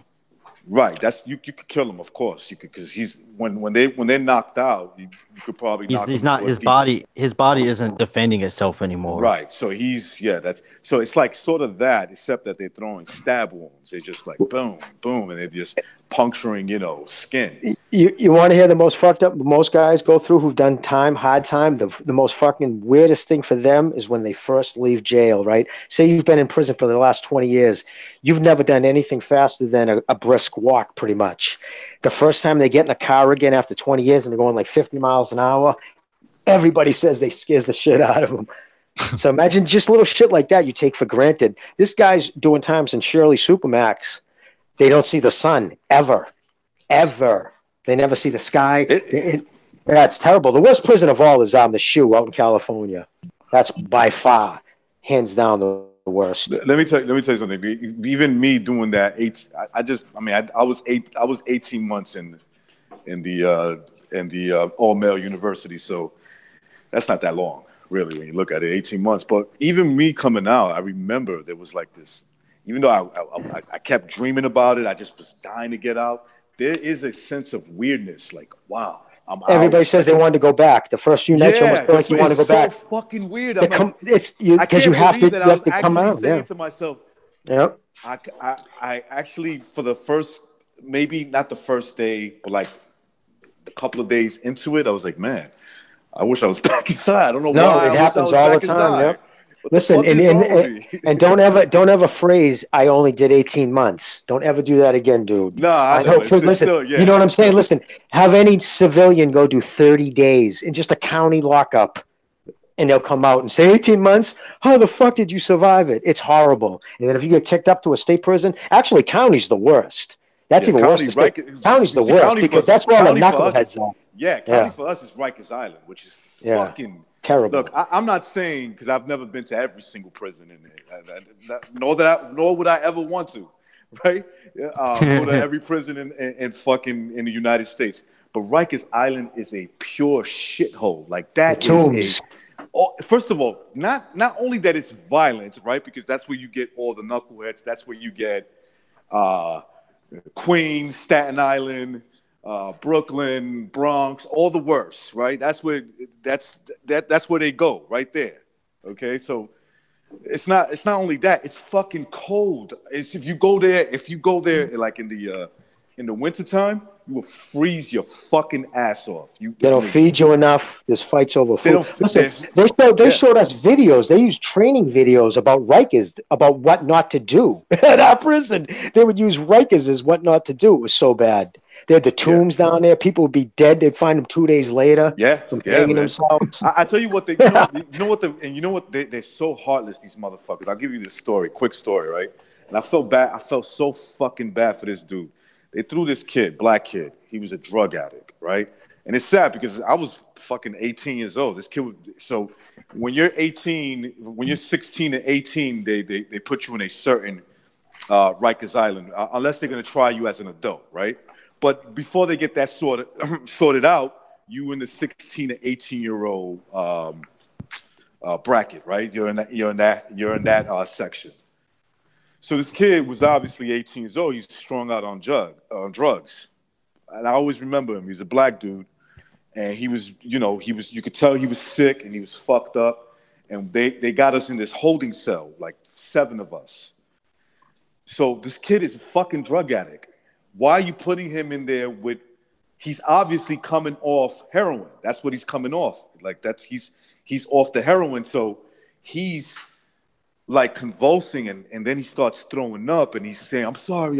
He's screaming like, I'm sorry, because everybody's like, what the fuck? And they're threatening to kill him, and some of them like try to hit him, and I was one of the guys that was like, yo, chill, man, let him be. When somebody throws up, they take a shit on himself. He took a shit on himself, the kid. Oh wow. And they kept him in there with us in it. I threw up for the whole day. The whole day. We were screaming. We were like, you motherfuckers. Like, how can you leave us in this motherfucker with this guy just took a shit on himself? And that's when I realized a little bell rung in my head. Frank, stop committing crimes. Exactly. Like I have to say something right quick. I have never ever wanted to not hit somebody back in public than right now. Okay, jail, prison. It's not a nice place. People follow the law. No. Yeah. It's hard. Okay, stop going over the speed limit. Don't steal. Yeah. Okay, stop hitting people that are smaller than you for no reason. Okay, I'll stop. Okay. Stop committing. John, stop resisting arrest. Don't do that. Stop hitting midgets. Yeah. No, it changes people. You become institutionalized, and you see violence. You see violence on such just unnecessary violence. You become hardened to it, and a lot of people just shut it off. But it is crazy the level of sickness and depravity people will go to. And let me say, I was a guard there. I was a CO. I wasn't an inmate when I was there. At Shirley, when I was at Shirley and shit. Yeah, no, I was worth 93 to 96. It was 3 years. But it's interesting. And the COs have it bad, man. I mean, like, in terms of course, they get to go home, but like the COs, man, that's why I quit. You're doing a life bid 8 hours at a. We used to say you're doing a life bid 8 hours at a time. You're in there with those fucking people. I always, like me, it was just like, look, I don't want no problems with nobody. I want to get the fuck out of here. This is not a career move for me. Like I'm getting out and I'm never coming back in. I'm never coming back in. But I was like I would look at the COs and I'm like, they would just not trust anybody, and I can't blame them. They'll look at me and I'm like, I'm no threat to you. Like, get the fuck out my face and go this way. But you got to understand, dude, what it was is that's how they get you. That's how hits are set up among COs. Exactly, when they want to get a CO, they get a kid who's really friendly. And they fucking get him to get his guard down next to him, and they lure him into an area like they did to my buddy Bobby. The kid who was really talkative, nice to him for months, and all of a sudden, hey, Bobby, check this out. They got him behind a door, and man, he had to retire. He couldn't even walk right after they beat him so bad. This dude, there was a CO that I always remember. This CO. This is when they sent me to the from Rikers to the upstate male facility, and so this guy just comes up to me, and he was a CO. Seen me there for like a good 2 or 3 weeks or some shit like that, right? And he's like, dude, what are you doing in here? You're an athlete. He's like, I could tell you're not, like, your body's not run down. You don't have that cold look in your eye like you're already an old man. You're an athlete. You should be out there trying to play some sports and do all that. And I was like, damn, how the fuck did he know that? Because that's exactly my whole life. My whole life was because you didn't carry yourself like a criminal. Like the only reason why I could whip a lot of ass. I'm not saying I can't get my ass whipped. The only reason why I could whip a lot of ass and guys it's because I was crazy athletic. I was always and usually and if they know you're willing to fight, I used to tell everybody, kids, I'd say, listen, just throw down. Even if you lose, nobody wants to fight somebody who's going to fight back. Exactly. I don't care how much of a bully they are. They don't want to get in a fight with somebody who's going to punch them in the face back, even if they win. Kids, take that throughout school, because if you fight back repeatedly, they're eventually going to get tired of fighting you because you're hitting them back. That's true. They don't want to fight. They're just going to leave you alone. And if you're a big kid like you, dude, and you're willing to fight back, it's easier targets. You know what I'm saying? Yeah. So they're going to go after. They're going to, and they can smell it out. You know, what used to blow my mind? How they would know the person coming on the tears charges before even I would. They used to know the dudes, like they would know the dude's papers. That's what they call them. And if you got asked to show your papers, you got to pull them too. If it's like you're on your fucking first day on a tear and somebody has a rumor and they say, listen, show us your papers. You know, because they'll say if you're a government witness, because they go after rats, or they'll say if you're a child rapist. Oh man, So if there's a rumor, if there's a rumor you touch, you're a diddler. That's what they call them. They would want to see your papers. And if a dude says, I ain't showing you my papers, that was usually a beating. They would call him right away. They would confirm what they were saying. The thing about prison that it fucking changes you, and it takes a long time to get that out of you, especially if you're a person like myself that never, once that happened, I had a couple of run-ins. It was like, fucking driving too fast, DUI, a few, we got a call that there's a lot of noise coming from your apartment, shit like that. Never anything crazy again. Let me ask you, after you got out, how many times you try to find 3 other people to play spades with? Right? Am I lying? A lot of people. It was like, come on, anybody, man. Right, because you play that so much, but you need 4 people. But it makes you very aggressive. Coming out, I wasn't an aggressive person.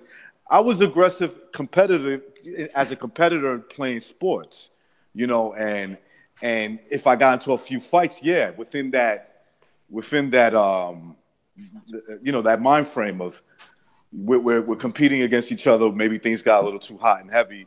And you're living in a predator-prey atmosphere. Yeah, it's the only society. It's the only part of United States society where it's 24/7 predator-prey, all day, every day. Then you throw in the gangs, and then the fucking everything else. It's hell.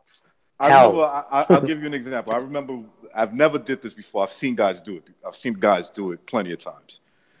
I remember this. A guy comes up to me one time, and this is New York, where everybody thinks they're hot shit. Dude bumps into me, and he said, "Watch where the fuck you walking." I said, "What the fuck did you just say?" And he came towards me, and I just without saying one word, I knocked him the fuck out. Like, I was never that type of person until I got out of prison. I mean, this guy was not I hit him so hard that I wonder if I killed him. Like, that's how hard I hit him. And it was just over a bump, watch where the fuck you walking. And it's like in Boondocks where they talk about the N-word moments. The who? Remember when black people get triggered? The nigger moment. Yeah. Like, watch where you walking, and then they shoot each other in. Yeah. Right. Is that all the time for them? And you know something? Yep. You know something? I always wondered to myself, had I had a weapon on me or anything like that, would I have done something else? Like, I wondered that to myself. Hey, reckon. Yeah. It sounds like Miguel Cotto really dodged the bullet right there, huh? Listen, I'm telling you. In a boxing fight, in a boxing ring, I'm probably no match. In the streets, he's too little for me. There's no way. He'd be too little for me, man. I'm just saying. And by the way, no, John, I wouldn't rape him. You guys are. I'm gonna go to sleep, but I don't know if Butch is gonna. John said he would. Imagine, guys. Imagine Miguel Cotto in jail. Oh wow! Would he really do that? That guy is actually famous. They wouldn't let Miguel Cotto in. No, he'll be dangerous.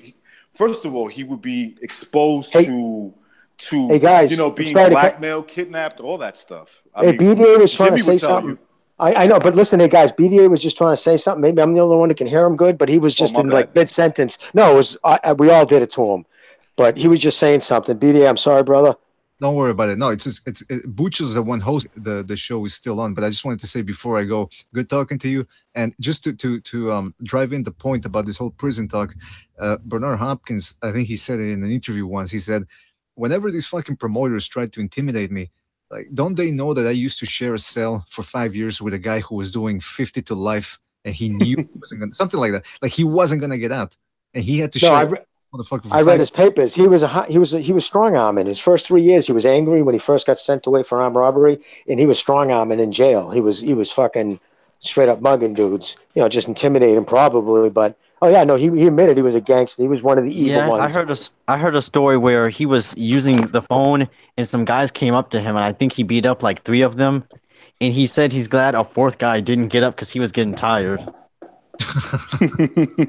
But yeah, but Hopkins was. So that's what I'm saying. Is that's why these promoters, they would try to. That's why Hopkins was one of the only fighters who stood up to, Don King and all these other promoters, because everybody else is scared of the promoters. This guy, he knew, like he'd been in there 5 years with a bunch of fucking animals. He wasn't about to get intimidated by Don King or anything like that. Even though Don King was a pretty badass, gangster outside the streets himself. But Well, he beat a dude to death in 1971 with his bare hands. Right, in Cleveland. Yeah. Yeah. Anyway, listen, guys, I'm gonna go. Have a good night. Good night, brother. All right, take it easy, guys. Good talking to you. Bye. Oh shit! Is everybody there? I'm here. Yeah, I'm here, bro. All right. I know him. Like, oh shit, my little idiot left there. We had to give him his moment of silence. Yeah, right. Because I can hear him really clear, and he's right. It's weird. I hear him the clearest, and it's true, man. We cut him off, and I do it to him all the time. Y'all want to hear some real bad stuff I saw on social media? I always like to listen. A racial couple. No, so that's actually typical now. What? What's typical? Like interracial couples. If on social media, I'm talking about at least. Yeah, but there was this dude. He was like a black dude, and the police were arresting him. And he grabbed the police officer's gun. He shot one of the dudes, and then he shot at the other guy, and who had to get down on his side so he didn't get shot back. And then the guy got in his car and drove away. No. And then all the comments on the video were like, "Yeah, that's what they get. That's what they get." They advocate. Yeah, and it was a black dude. They're like, "Yeah, this is payback for all that other stuff." I'm like, y'all are not good for society. It's not. That's just ignorant. Payback. They openly there was this kid.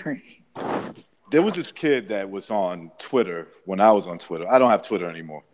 I don't want to get into that story. I was kind of, kicked off. But anyway, so what happened was there was this one guy who also got kicked off, and he was a black kid, right? And he was pretty I didn't agree 100% with him, but I liked his mind. I liked his mind frame. He would sometimes, in my opinion, play the victim role, but at the same time, he would chop that narrative down. Something that happened where I believe this was I fucking think it was St. Louis or some city like that. Some man got shot, okay? So the man gets shot by cops. Now, he was unarmed in that situation. Here's the problem with the guy who got shot. The guy that got shot had been arrested 27 times already in his lifetime, and he was in his 20s. Okay, guy served 3 years in jail for. He been getting arrested since he was 8. Right, yeah, some shit like that. So when he served 3 years in prison for rape, some type of rape, where they negotiate that shit down. It's probably more brutal, and he should have probably done more time. How do you negotiate rape to 3 years? Oh yeah, you can negotiate homicide down to 1.5 years. You could if. Oh, cool. Yeah. But anyway, so the guy got shot by a cop, right? And I think it was coming out of a convenience store. There was some type of disturbance. Cops I think Thunderdome might have talked about that guy. He might have talked about it. Yeah, he might have. Because he said he was a rapist, and they held a party for his death or something. Some shit like that. Okay, but here's the problem. Here was the problem. Black Lives Matter protest his death and shit.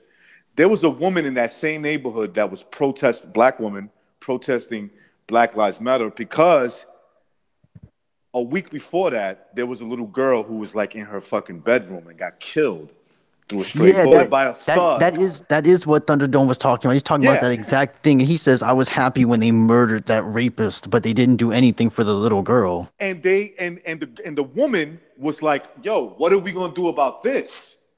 And Black Lives Matter didn't answer her, didn't even recognize her question, anything. And so the kid put it up on Twitter. Next thing you know, he was like banned and shit.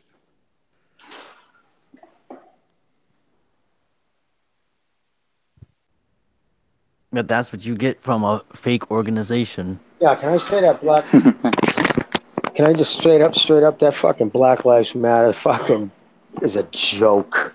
That's a fucking. Really is. That really is. Listen, the shit they said, some of the stuff their leaders said. If you want to start off first, it should be all lives matter. Because listen, again, I don't want to talk to you unless you were willing to establish facts. Then we can discuss how to fix things. Fact is, you're more likely to be shot by a police officer in the United States if you're white than if you're black. That's a statistical fact. But if you're committing the majority of the homicides and gun crimes, so there's probably a good chance you're going to be involved in more gunplay. But I'm just saying, and there is people who've been shot on both in all colors. What bothers me was a white kid who was just shot, I think in Philadelphia, straight up executed. The cops being charged with murder. You didn't hear dick I about it. definitely haven't heard about it. Dude, it's unbelievable. Northeast is straight up murdered him, right? It was caught on tape. The guy didn't realize he just took the gun out and just killed him. Actually, white kid, nothing, no play. If that was a fucking black dude, are you kidding me? And that's where it's gotten out of control. And I'm not saying they didn't deal with a lot of fucking racism, but you know what? Black people are presidents. Black people are senators. They're airline pilots. They're doctors. Enough. Every race at one point, Jews, Arabs. There's been so many enslaved races and dominated. Chinese. Listen, you gotta move on. Listen, there's still fucking slavery going on now in the Middle East and some parts in Africa now. So hey, listen, it's horrible what happened, right? You think they would care about the brothers in Africa? Because what pisses me off is this: they want fucking that one lady from Black Lives, Helen or whatever, Helm. She actually wrote 10 things white people need to do, and was all about giving their homes, if you can afford it, give your home to a black family. That. Disgusting, right? Just ridiculous shit. And that's what pisses me off, because you see, look, I would do this for any race, period. I would do this for any race. I would tell them, look, don't listen to these race pimps. But since it's happening to the black community mainly, or black and brown community, however you want to phrase it, right? They're giving such a wrong message. No, the message is, listen, you want to stop going to prison? Stop doing crime. You want to stop having interactions with cops? Obey the law. That's it. Exactly. And even if you didn't do it, you don't resist arrest. Right. That is against the law. You cannot under any circumstances do that. You know how many times he's heard, I didn't do it? Right. It wasn't me. And then you know the guy's pulling out a gun and shooting him? Like you got to put yourself in his shoes. Like, look, this is what gets me upset, because I see like the far left, right? And all these little race pimps, what they're trying to do is like, they're trying to get you to follow me, follow me, my advice for so that way I can take your money. I can keep getting these jobs, but not solving any problems. What happens? What would happen right now? Let's think about it right now. What would happen if you took out all the policing from the ghettos from New York, Chicago, Baltimore, LA, just any fucking city in America right now? What would happen if you took them out of the inner city, which is predominantly black? The murder spree would be out of control. There'll be a fucking genocide. They'll be killing each other. Like you'll hear murder rates like, well, in Chicago today, 500 people got murdered today. Yeah, that's what you would hear. Okay, maybe I'm over exaggerating, but you get what I'm saying. It wouldn't be as it wouldn't be like it is now, where there's cops to at least try to stop that. You know what I'm saying? At least they're trying to do it. Yes, are they fucked up cops? Are they crooked cops? Of course they are. Of course they are. The only people who complain about cops are criminals. End of story. Of course they do, man. Of course. Because civilians don't have any interaction with police, and when they do, it's usually because they're trying to help them. Exactly. Listen, If you're nervous when you see a cop, that means because you're doing something you're doing wrong. something. And the fact in New York where you You're lived, doing when something. they had that stop and search, remember the cops had the right, they could just frisk Yeah, anybody. that's And right. everybody was yelling, "Oh, you're fucking what do they call it? Racial identifying or like Racial Racial profiling. profiling." Okay, now let me ask you. No, I'm not even trying to be funny, but seriously. If you're dressed like you're going to a prep school, going to an office building, just like you're in khakis and a fucking polo shirt walking down the street, do you think the cops are going to fucking pull up on you and say, "Boy, put your hands against the car," and pat you down? Or if you think you're you have to hold one hand to hold your jeans up, that are 10 sizes too baggy, and you got a big, and you look like you just stepped off the album of a rap album, right? You got Now a listen, I'm do-rag not saying you don't have the right to dress and emulate your favorite rapper. You want to dress, that's fine. But if that's the way the drug dealers dress, if that's the culture, if that's the way all the gangbangers look, and you're dressing like a gangbanger, you're going to get treated like one. The fact that kids who dress like that are the ones who complained, and then there'll be the kids like you do to dress normal, say, they never pulled me over. I never got stopped and shook down. Yeah, It's and just ridiculous. keep in mind that all these rappers who are talking about, oh yeah, sell these drugs, kill that guy, they never experienced jail like Jimmy and Recognize. They never killed the guy. Probably. They lied. They never. Listen, I'll tell you who did though was that who's that dude from the '90s? That Triple X? No, Freddie Fox. No, who's that fucking the X Freddie guy? Fox. Was that his name, Freddie Fox? The black dude with the Freddie bald Fox head? was a hawk. He was a. You talking about the What's that? Diesel dude, or you talking about DMX? DMX. Okay. No, DMX did some time. DMX did time. He did 9 years. Freddie Fox was like a well-known dude that went to prison, and he was rapping, and pretty much like he put all these rappers, like he challenged all of them. He's like, what the fuck did he say about Ice Cube? I think he said something. He was like, "I'll box Ice Cube's head off and fuck his wife in front of him," some bullshit like that.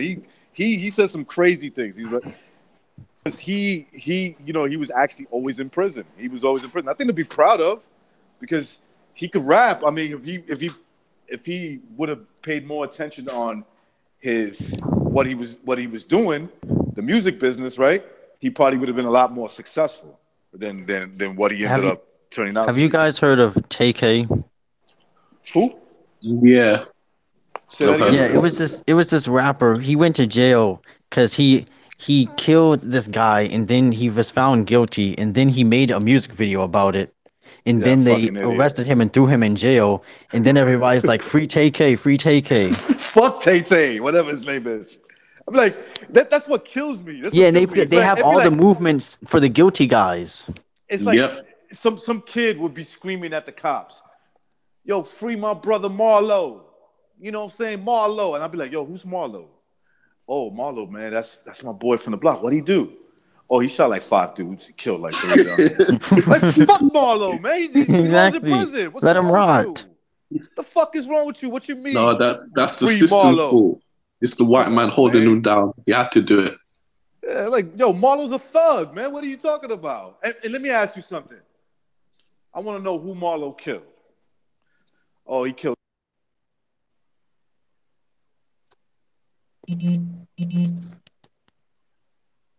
Hello? Hello? Hello, guys, still there? I want to hear who Marlo killed. He's muted. No, I'm sorry, man. I meant to say, then when you ask, who did Marlo kill, right? You ask, who did Marlo kill? Oh, he killed Tyrone. He killed Deshaun. You know Deshaun from that block? Oh, yeah, that Deshaun. Yeah. He killed Victor. Yeah, Victor, Puerto Rican Victor. Yeah, he killed him too. He killed, I think he killed Miguel. Yeah, so he killed like nothing but black and brown people, right? Yeah. And he's a hero to the black community. That's a good thing. Hey, did you guys remember Richard Pryor, the comedian? Did you guys ever see some of his stuff in the old? He was talking about when he one of his stand-ups, he was talking about when he shot that movie Stir Crazy, and it was shot inside Rahway. It was hot in prison. They used some of the inmates. And he's like, "Yeah, during one of the take, I'm gonna talk to one of my brothers." I said, "What you doing here, brother?" And he goes, "I'm here, the man got me down." He's like, "No shit, what you do? Are you innocent?" No, I did something. He's like, "What you do?" He goes, I killed my family. Which is like, he goes, your whole family? He goes, yeah, 9 of them. Call all them motherfuckers, kill them all. And he's like, and he goes, why? And the guy, he turned to me, he goes, they was home. I just remember that fucking laugh my tits out. They was home. Because he was sitting there going, so what's up? I was trying to like get down. And like, the man got you here. And then the man tells me he killed everybody in his house.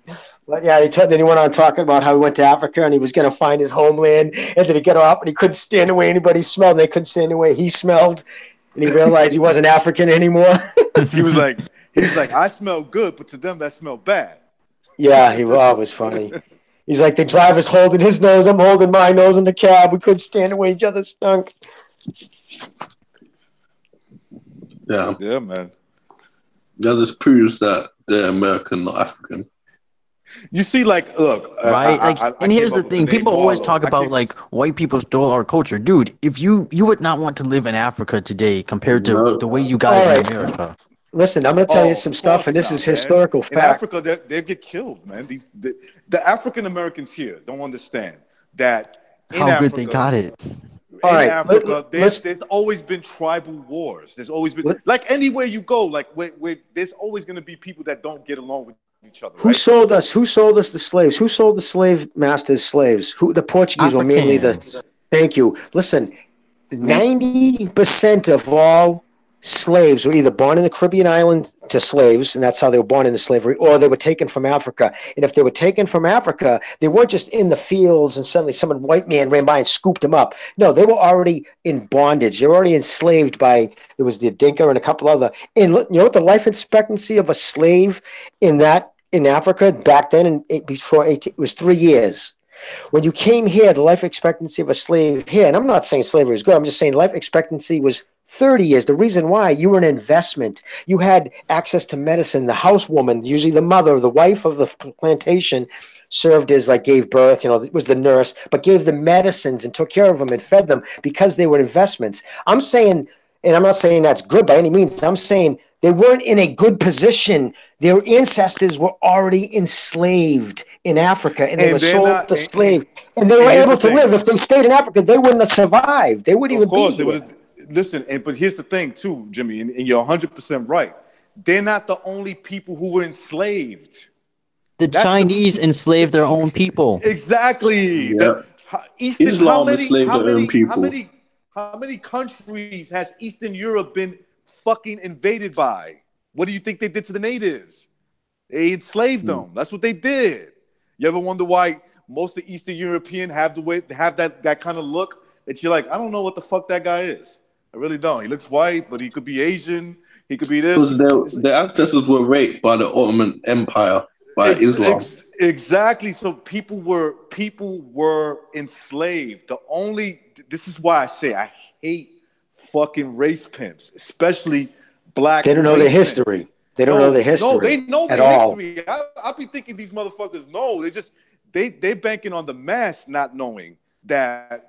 Look, exactly. Man, get off that shit. Like, there's nothing cool about saying my ancestors were slaves, and I'm always oppressed. There's nothing cool about being oppressed, man. There's nothing cool about that shit. Do you know 5%? It would be cool to be the oppressor. Like don't confuse alpha male for being oppressed. And be an alpha male. Be the type of person that'll be like, yo, I don't exactly because that was back then. Regardless of what happened, you can't do anything about that now. Yeah, and they talk about reparation, or when because I'm a middle-aged white guy right now, so they blame, like they say, I'm the blamed class right now. We ruin this country and whatever. But listen, another thing that pisses me off, and they expect reparation, or they talk about white did this. Listen, 5% of people living in this country right now, 5% of white Americans are related to slave owners. There was a small because slave owners percentage weren't prominent back in the day. They were only the richer upper very class. Small. The reason why there was a civil war is because they knew they were so outnumbered. It was very usually rich plantation owners. So my point being,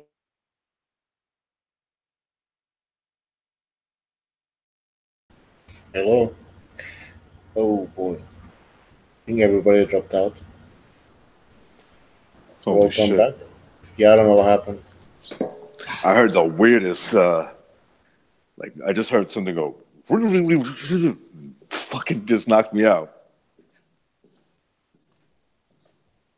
Did you hear that too, Bucho? No, I I didn't got hear. dropped. Oh, Me you too. did. I heard I the got dropped. weirdest like interference before we got dropped. Can you guys hear me? Then again, my phone could be tapped, so you never There's a know. thunderstorm over here. I don't know if that's. Well, that Can you guys hear me at all? Yeah. I can hear you. Oh, all right, Hello, sorry, I didn't Jimmy. mean to be Yeah, talking I hear over you. you. I could... No, it's on. All right, keep going, guys. No, but I was going to say that That's there's far more people right now. I just wanted to get this point when I got dropped off.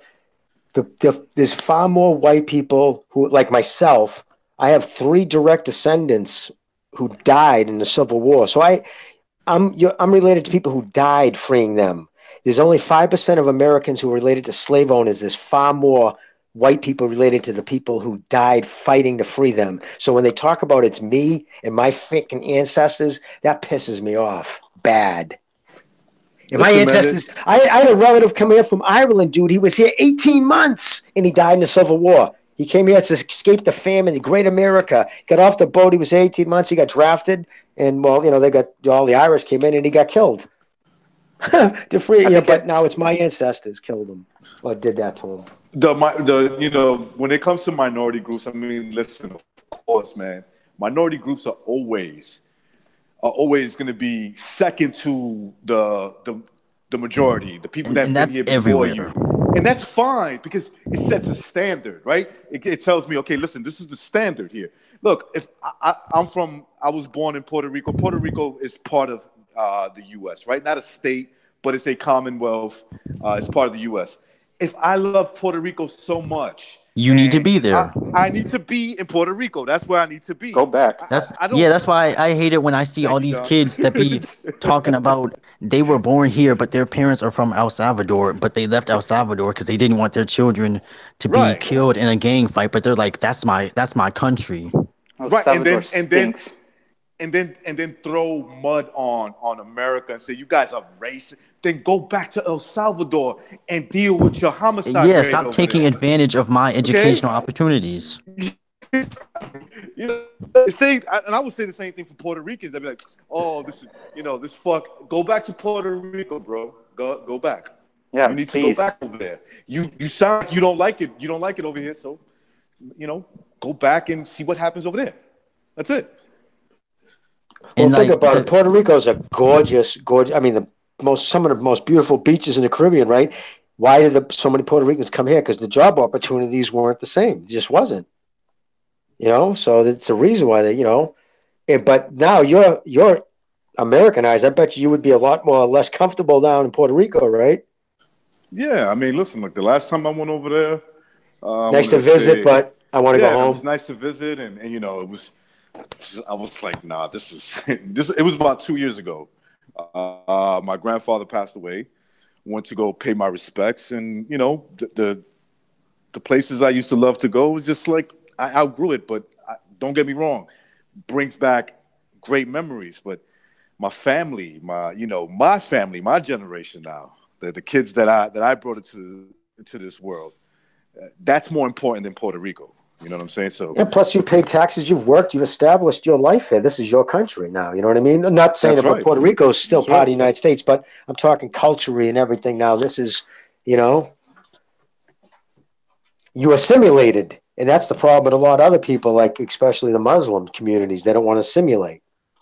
look, man, whatever country I go to, this is the difference. This is what shows character. It's like somebody any one of you guys invite me to your home. I'm assimilate to your rules and your ways. If I don't like your rules and your ways, I just peacefully decline or leave. You know what I'm saying? That's it.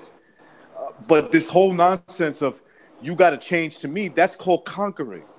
You're trying to conquer a nation. You're trying to make them assimilate to you and like your ways and say, fuck your ways. I don't get down with that, man. Never Exactly, never and understood that. That's the best places don't put up with that, like Japan. The Of reason course. they have like such a good, like they have to invent things for the police to go for. So like they told the police, "Hey, watch out for guys in the backyards getting panties because their culture is so like tight over Sounds like there. They fun. don't. Yeah, I think he's telling the truth. Yeah, I think. Yeah, I yeah, believe their because culture is so like tight over there that they don't got to worry about a bunch of different, racial stuff. And the only reason you're really doing crime is if you're stealing or you come from like one of those really, really bad What do you think? neighborhoods. What do you think Well, would happen to me if I was to go to Japan and say, "Yo, it's too many Japan is too many Japanese people. We got to change that." What do you think would happen to me if I go to Africa and be like, "There's too many black people out here, man. Y'all got to change that." What if I go to a Middle Eastern country and I say, there's too many Arab motherfuckers over here. Y'all need to change all that. I'll be dead. Okay, that's what will happen. well, they Yeah, cut your that's head off because you're a Catholic. yeah, that's the difference. America allows this to happen, while the other countries don't tolerate it. They don't talk, and nor should they. Personally, in my opinion, I don't think they should. I don't think they should. No, they shouldn't either. I don't knock any of those countries that say, look, man, you're not gonna tell us what the fuck to do in our country. That's not gonna happen. Exactly, and they get at white people for like they tell the Latino people like, dude, if you're gonna live here, you gotta learn English. And they're like, oh, that's racist. You're trying to force your white culture onto me. Why would you want to be the only person that don't speak the language? Yeah, that's stupid, man. Yeah. I'm around that a lot. That's going to affect your job opportunities. Exactly. Like, why would you? The only way you can get away with that, coming to this country and not learning your language, not taking in America, it's because the community you live in, like there's parts of Miami, there's already now second generations living there. People who came here during the big boat thing at the end of the early 70s, who are now 20 years old, who can barely speak English, and they were born here because their communities, a lot of them are so, they just never assimilated. There's still Cuban communities down there. Florida and New York, like it's, you could find that a lot, and I'm sure in a lot of other big cities as well.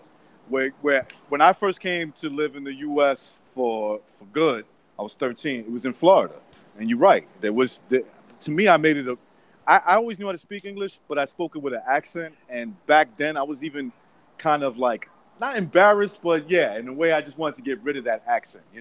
I would people would make fun of me, and I thought of it as constructive criticism because it just, I got rid of the accent somewhat. I'm not saying my English is great, but it could be better. Better than mine. But my point is that I made it a point for myself to like speak the language, the native language, that the country I'm planning to stay in. That's it. And I would do that in any other country. If I said I wanted to go fucking live in Japan, I would take it upon myself to learn how to speak Japanese. Yeah, I might have to go to Japan. You know what's pissing me off? I can just say real quick about the left. I saw something the other day. They went and interviewed a bunch. You know who's really dead against opening up the borders? And everybody's thinking there's all these Mexican Americans and African Americans, the ones that the media ignores. There was another, and they're like, yeah, man. He's like, I'm a first generation. They're gonna invest the bad communities, and they're gonna take all the job. You can't. And well, he said, and this is what the kid said. He goes, my parents worked in the fields. He says, I got a decent job. We moved out. We live in a different. He said, El Chinino, whatever the neighborhood. He said, but right now, because there's so many coming, that now the kids who don't deserve to come up, and they basically said his neighborhood was going to shit from the borders, and he didn't say Mexicans, but he just said people coming from Central America and Mexico, and he was a first generation. And I was thinking about, like, and I've been hearing that a lot lately, that it's the Mexican Americans who did work and did establish themselves in California, who are a part of the community. They're the ones who don't want just the borders to be opened up, and because they're the ones that are going to be affected by it the worst. Yeah, because keep it real. If you're an illegal immigrant, you're not supposed to be here. Yeah. And that doesn't matter what race you are. If Jimmy tries to go to Germany and he don't got his visa, he can't. Germany's going to kick him out. Yeah, and it makes sense too, right? And it makes sense because it's usually the communities that are the ones who are just working out of poverty into the suburbs. And right now, that's still the Mexican Americans in Southern California. But they're starting to work their way out. But what's going to happen? They're the ones who are going to be affected the worst by an open border policy. Because it's not going to be the people in Beverly Hills getting affected by it. Open border policy only benefit the rich and politicians that are advocating welfare for it. systems, That's for the it. most part, they only benefit the people who are trying to get votes. That's right. That's right. You promise people everything, right? You promise them, oh, don't worry about it. I'm going to give you this and I'm going to give you that. And that doesn't even But benefit them. That doesn't and you benefit really you in the shouldn't you end. really shouldn't want it given to you. You should want an opportunity. Yeah, like all these actors and fucking Robert De Niro and fuck Trump and all this other shit. What pissed me off, like, you really think like all these guys bitch about the border down here? And I'd like to talk to some of the fucking, the Mexicans who've worked for him. I bet you, yeah, his only deals with money, landscaping or house Yeah. services and How shit. many You know what I immigrants you mean? got living in your house for free? Or how many you just even treat like an equal? How many you don't talk to like an employee? You know what I'm saying? Because when I meet a Mexican American, I treat him as an equal. I treat him as, hey, how you doing, brother?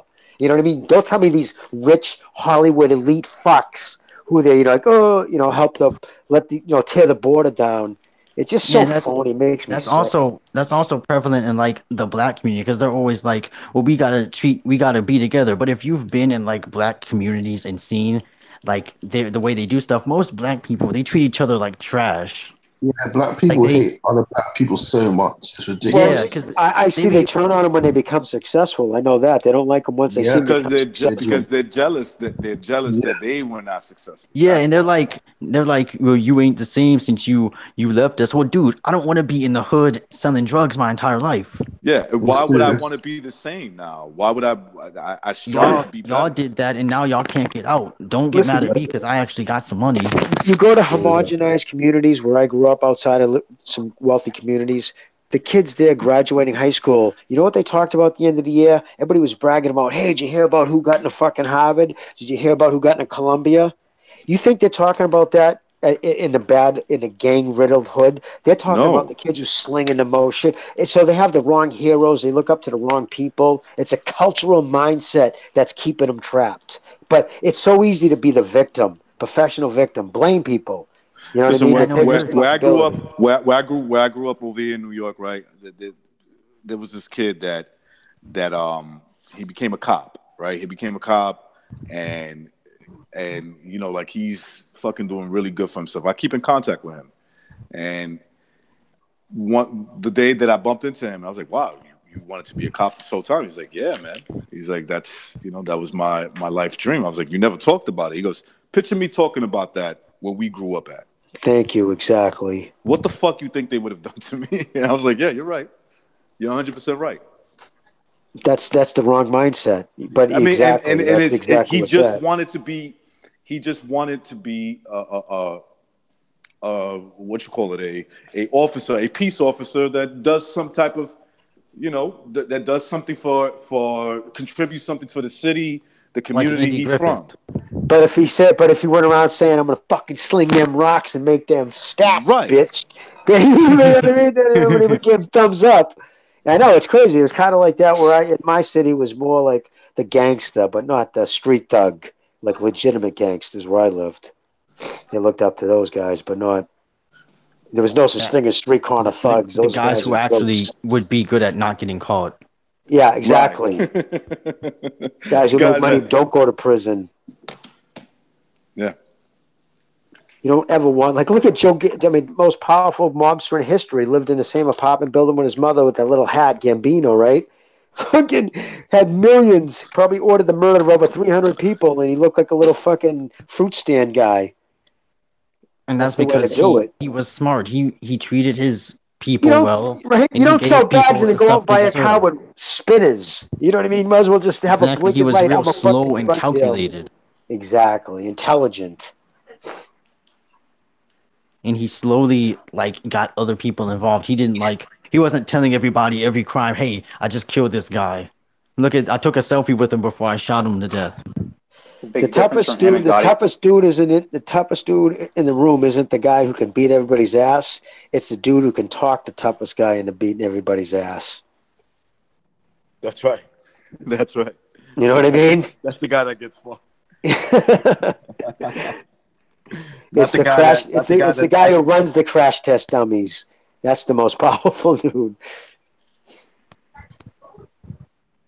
And they're Yeah. also teaching these kids that like they gotta you gotta have. They need to have more black role models for black kids. Well, no, those kids just need to look up to successful people. Period.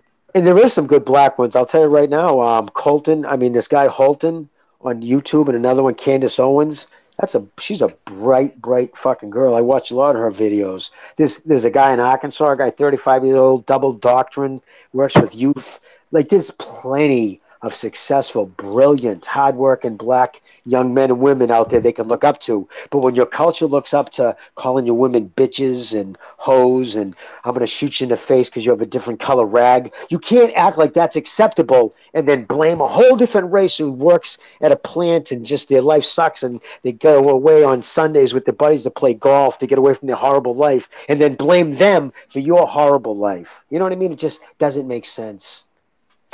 Sorry, that was a ramble. That's why I respect even though he's not a role model, but that's why I respect Lil Wayne. When Lil Wayne was asked about Black Lives Matter and racism and all that stuff, he laughed at it.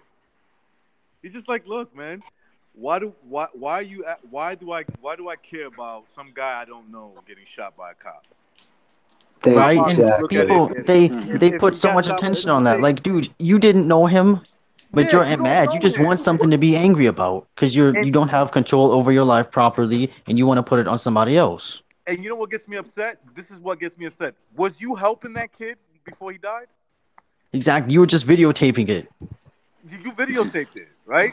You didn't help that kid. You didn't give him any money. You don't even know him. But because it gives you something. You couldn't even hit him up with a retweet on Twitter. Right. You. I mean, look at that one with those rookie cops. Oh, I'm sorry. I could give you an example. Like, if I killed myself tomorrow, there would be all these girls talking about, wow, he was such a great guy. Like, I would have helped him out if he had a problem. But, like, where were you at before? Right. They just want to feel better but for themselves because they were too scared to say anything or do anything. Virtues, there's like that virtue signaling shit. It's like, oh, look at me. I care. You know what? I could tell you the exact time this all became a thing to me. Like I saw this go in this direction.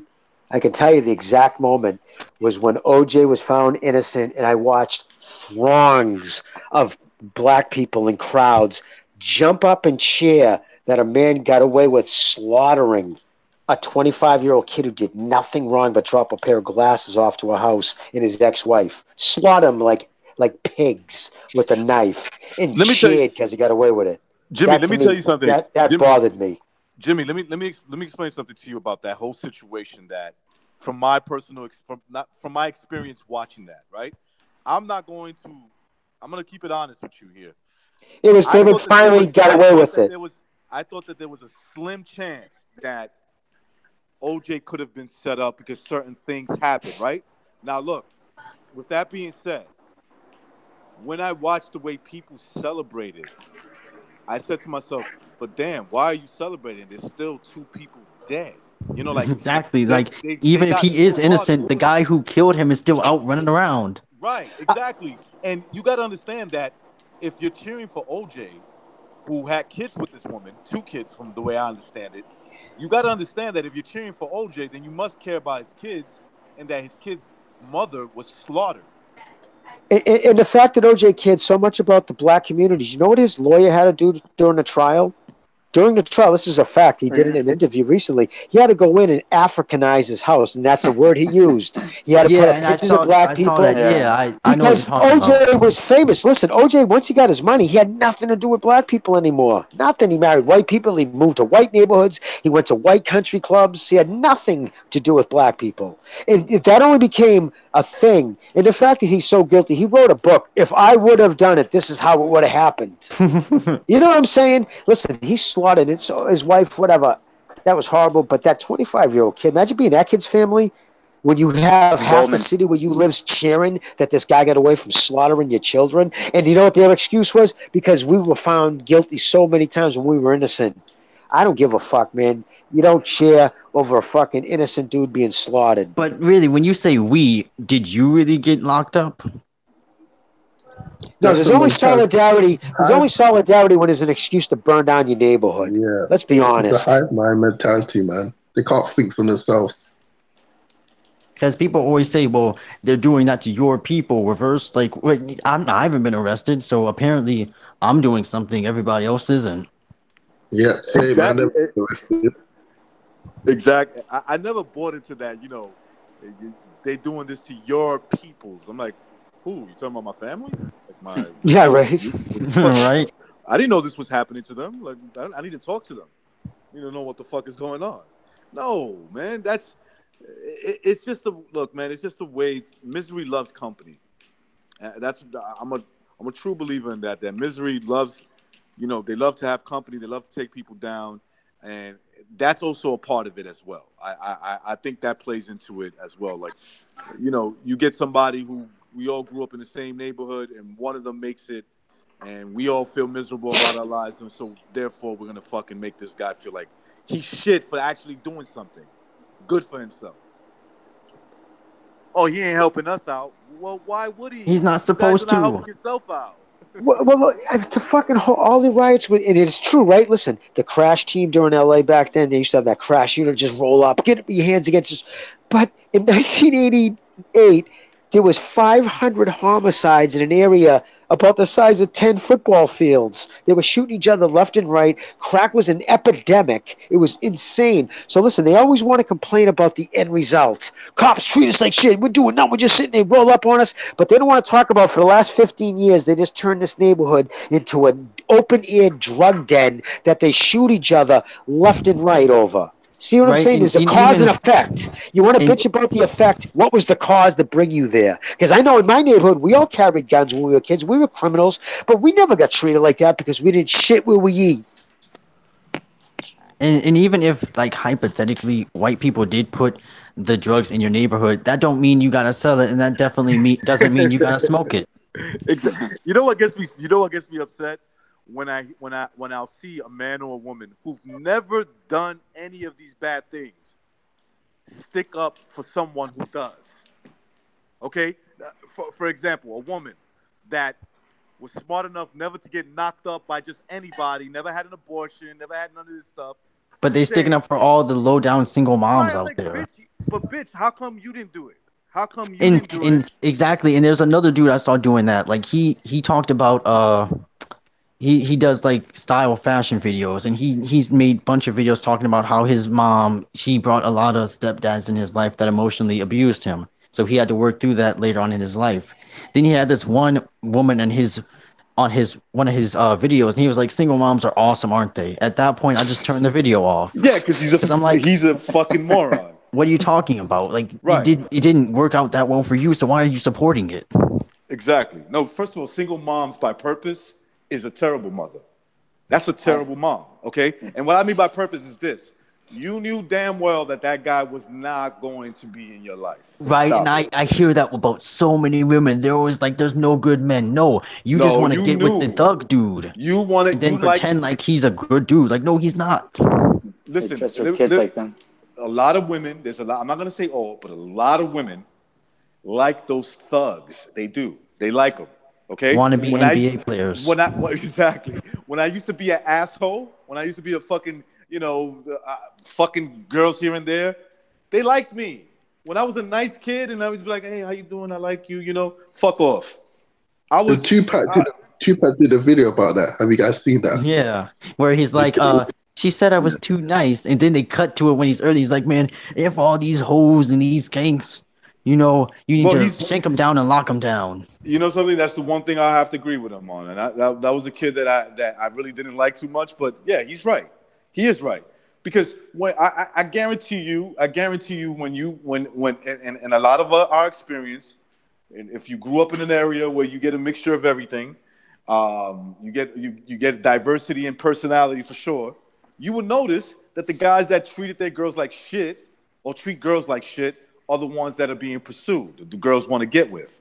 The ones that are being, too nice and very respectful, they kind of look at them like, Yeah, and I got another example. Like the guy, he made a dating account. He wasn't a good-looking dude, but his account was like a real good-looking dude.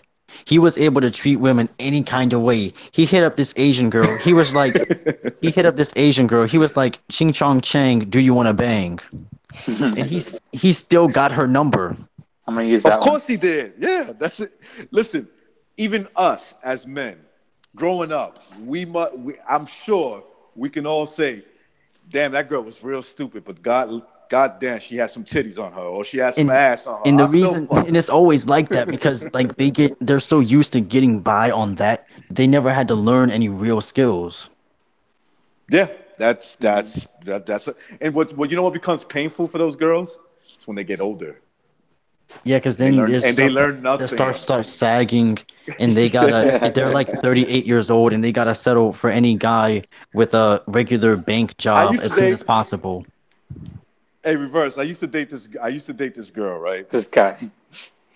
This, fuck you, John. What would he say?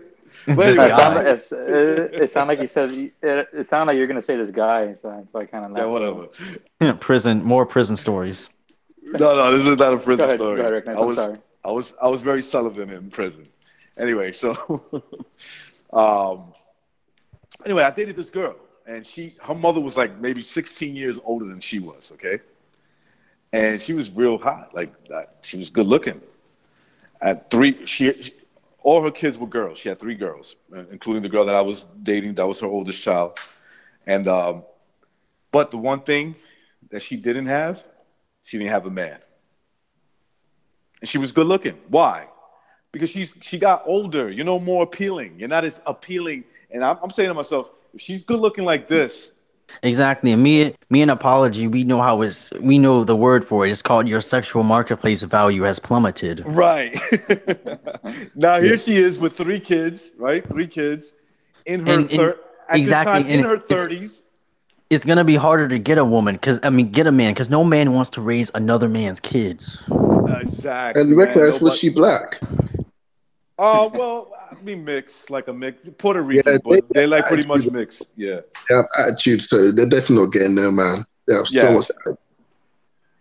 Oh yeah, mixed girls. They Gross. think that they are everything in the world. Oh yeah. They think that they think they're God's gift to everybody. But what kind of mix? Like she was Puerto Rican, but if I had to break down, looking at her mother looked like she was mulatto. I'm gonna say that her father had to be like a light skin, like a. Was she light skinned? Yeah, she was pretty like. Oh yeah, it's all down. It's all downhill. Yeah. She was. And they weren't lower the standards either. They expect the same man as when they were in their 20s. Right. We have a high Puerto Rican population where I grew up in Lowell, and I can tell you right now, it was almost down the line with Puerto Rican girls.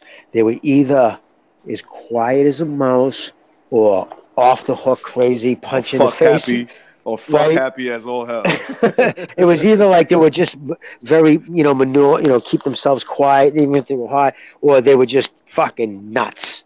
Like there was Puerto Rican girls you didn't fuck with too. And they're hypocrites too. A lot of Puerto Rican girls that are fuck happy, they're very much hypocritical when it comes to like Puerto Rican. Oh, he doesn't date Puerto Rican girls. He likes Dominicans. Bitch, you was just dating a Dominican guy. What the fuck are you talking about? How can you even tell? Because in Latin America, everybody looks like everybody. I know. Like you can't. I saw this one Mexican girl I went to school with. Before she told me she was Mexican, I would have sworn to God she was white. Because she looked white, she sounded just like a white girl. You couldn't tell the difference. Was she Canelo's sister? My cousin probably was, man. Back in the 90s, where I lived, there was my son's mother was a Dominican chick. She was hot too, so you wouldn't be able to tell unless you heard her speak, right? Like you'd be like, "Oh, okay, you're Dominican."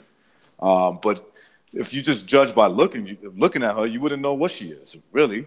God damn, like the Puerto Rican girls where I lived at, they were fucking hating. Oh, he only dates Dominican girls. I'm like, it's my fucking first girlfriend. What are you talking about? I only date. Yeah, they hate us. Puerto Rican girls could be haters. My God. You're worse than Dominicans. All right. I'm going to have to end it because it's getting late now. It's 12 a.m. It is. So I want to thank you all of you guys, and yeah, we'll Make see you sure next. this doesn't get taken down. I'm gonna come back to this.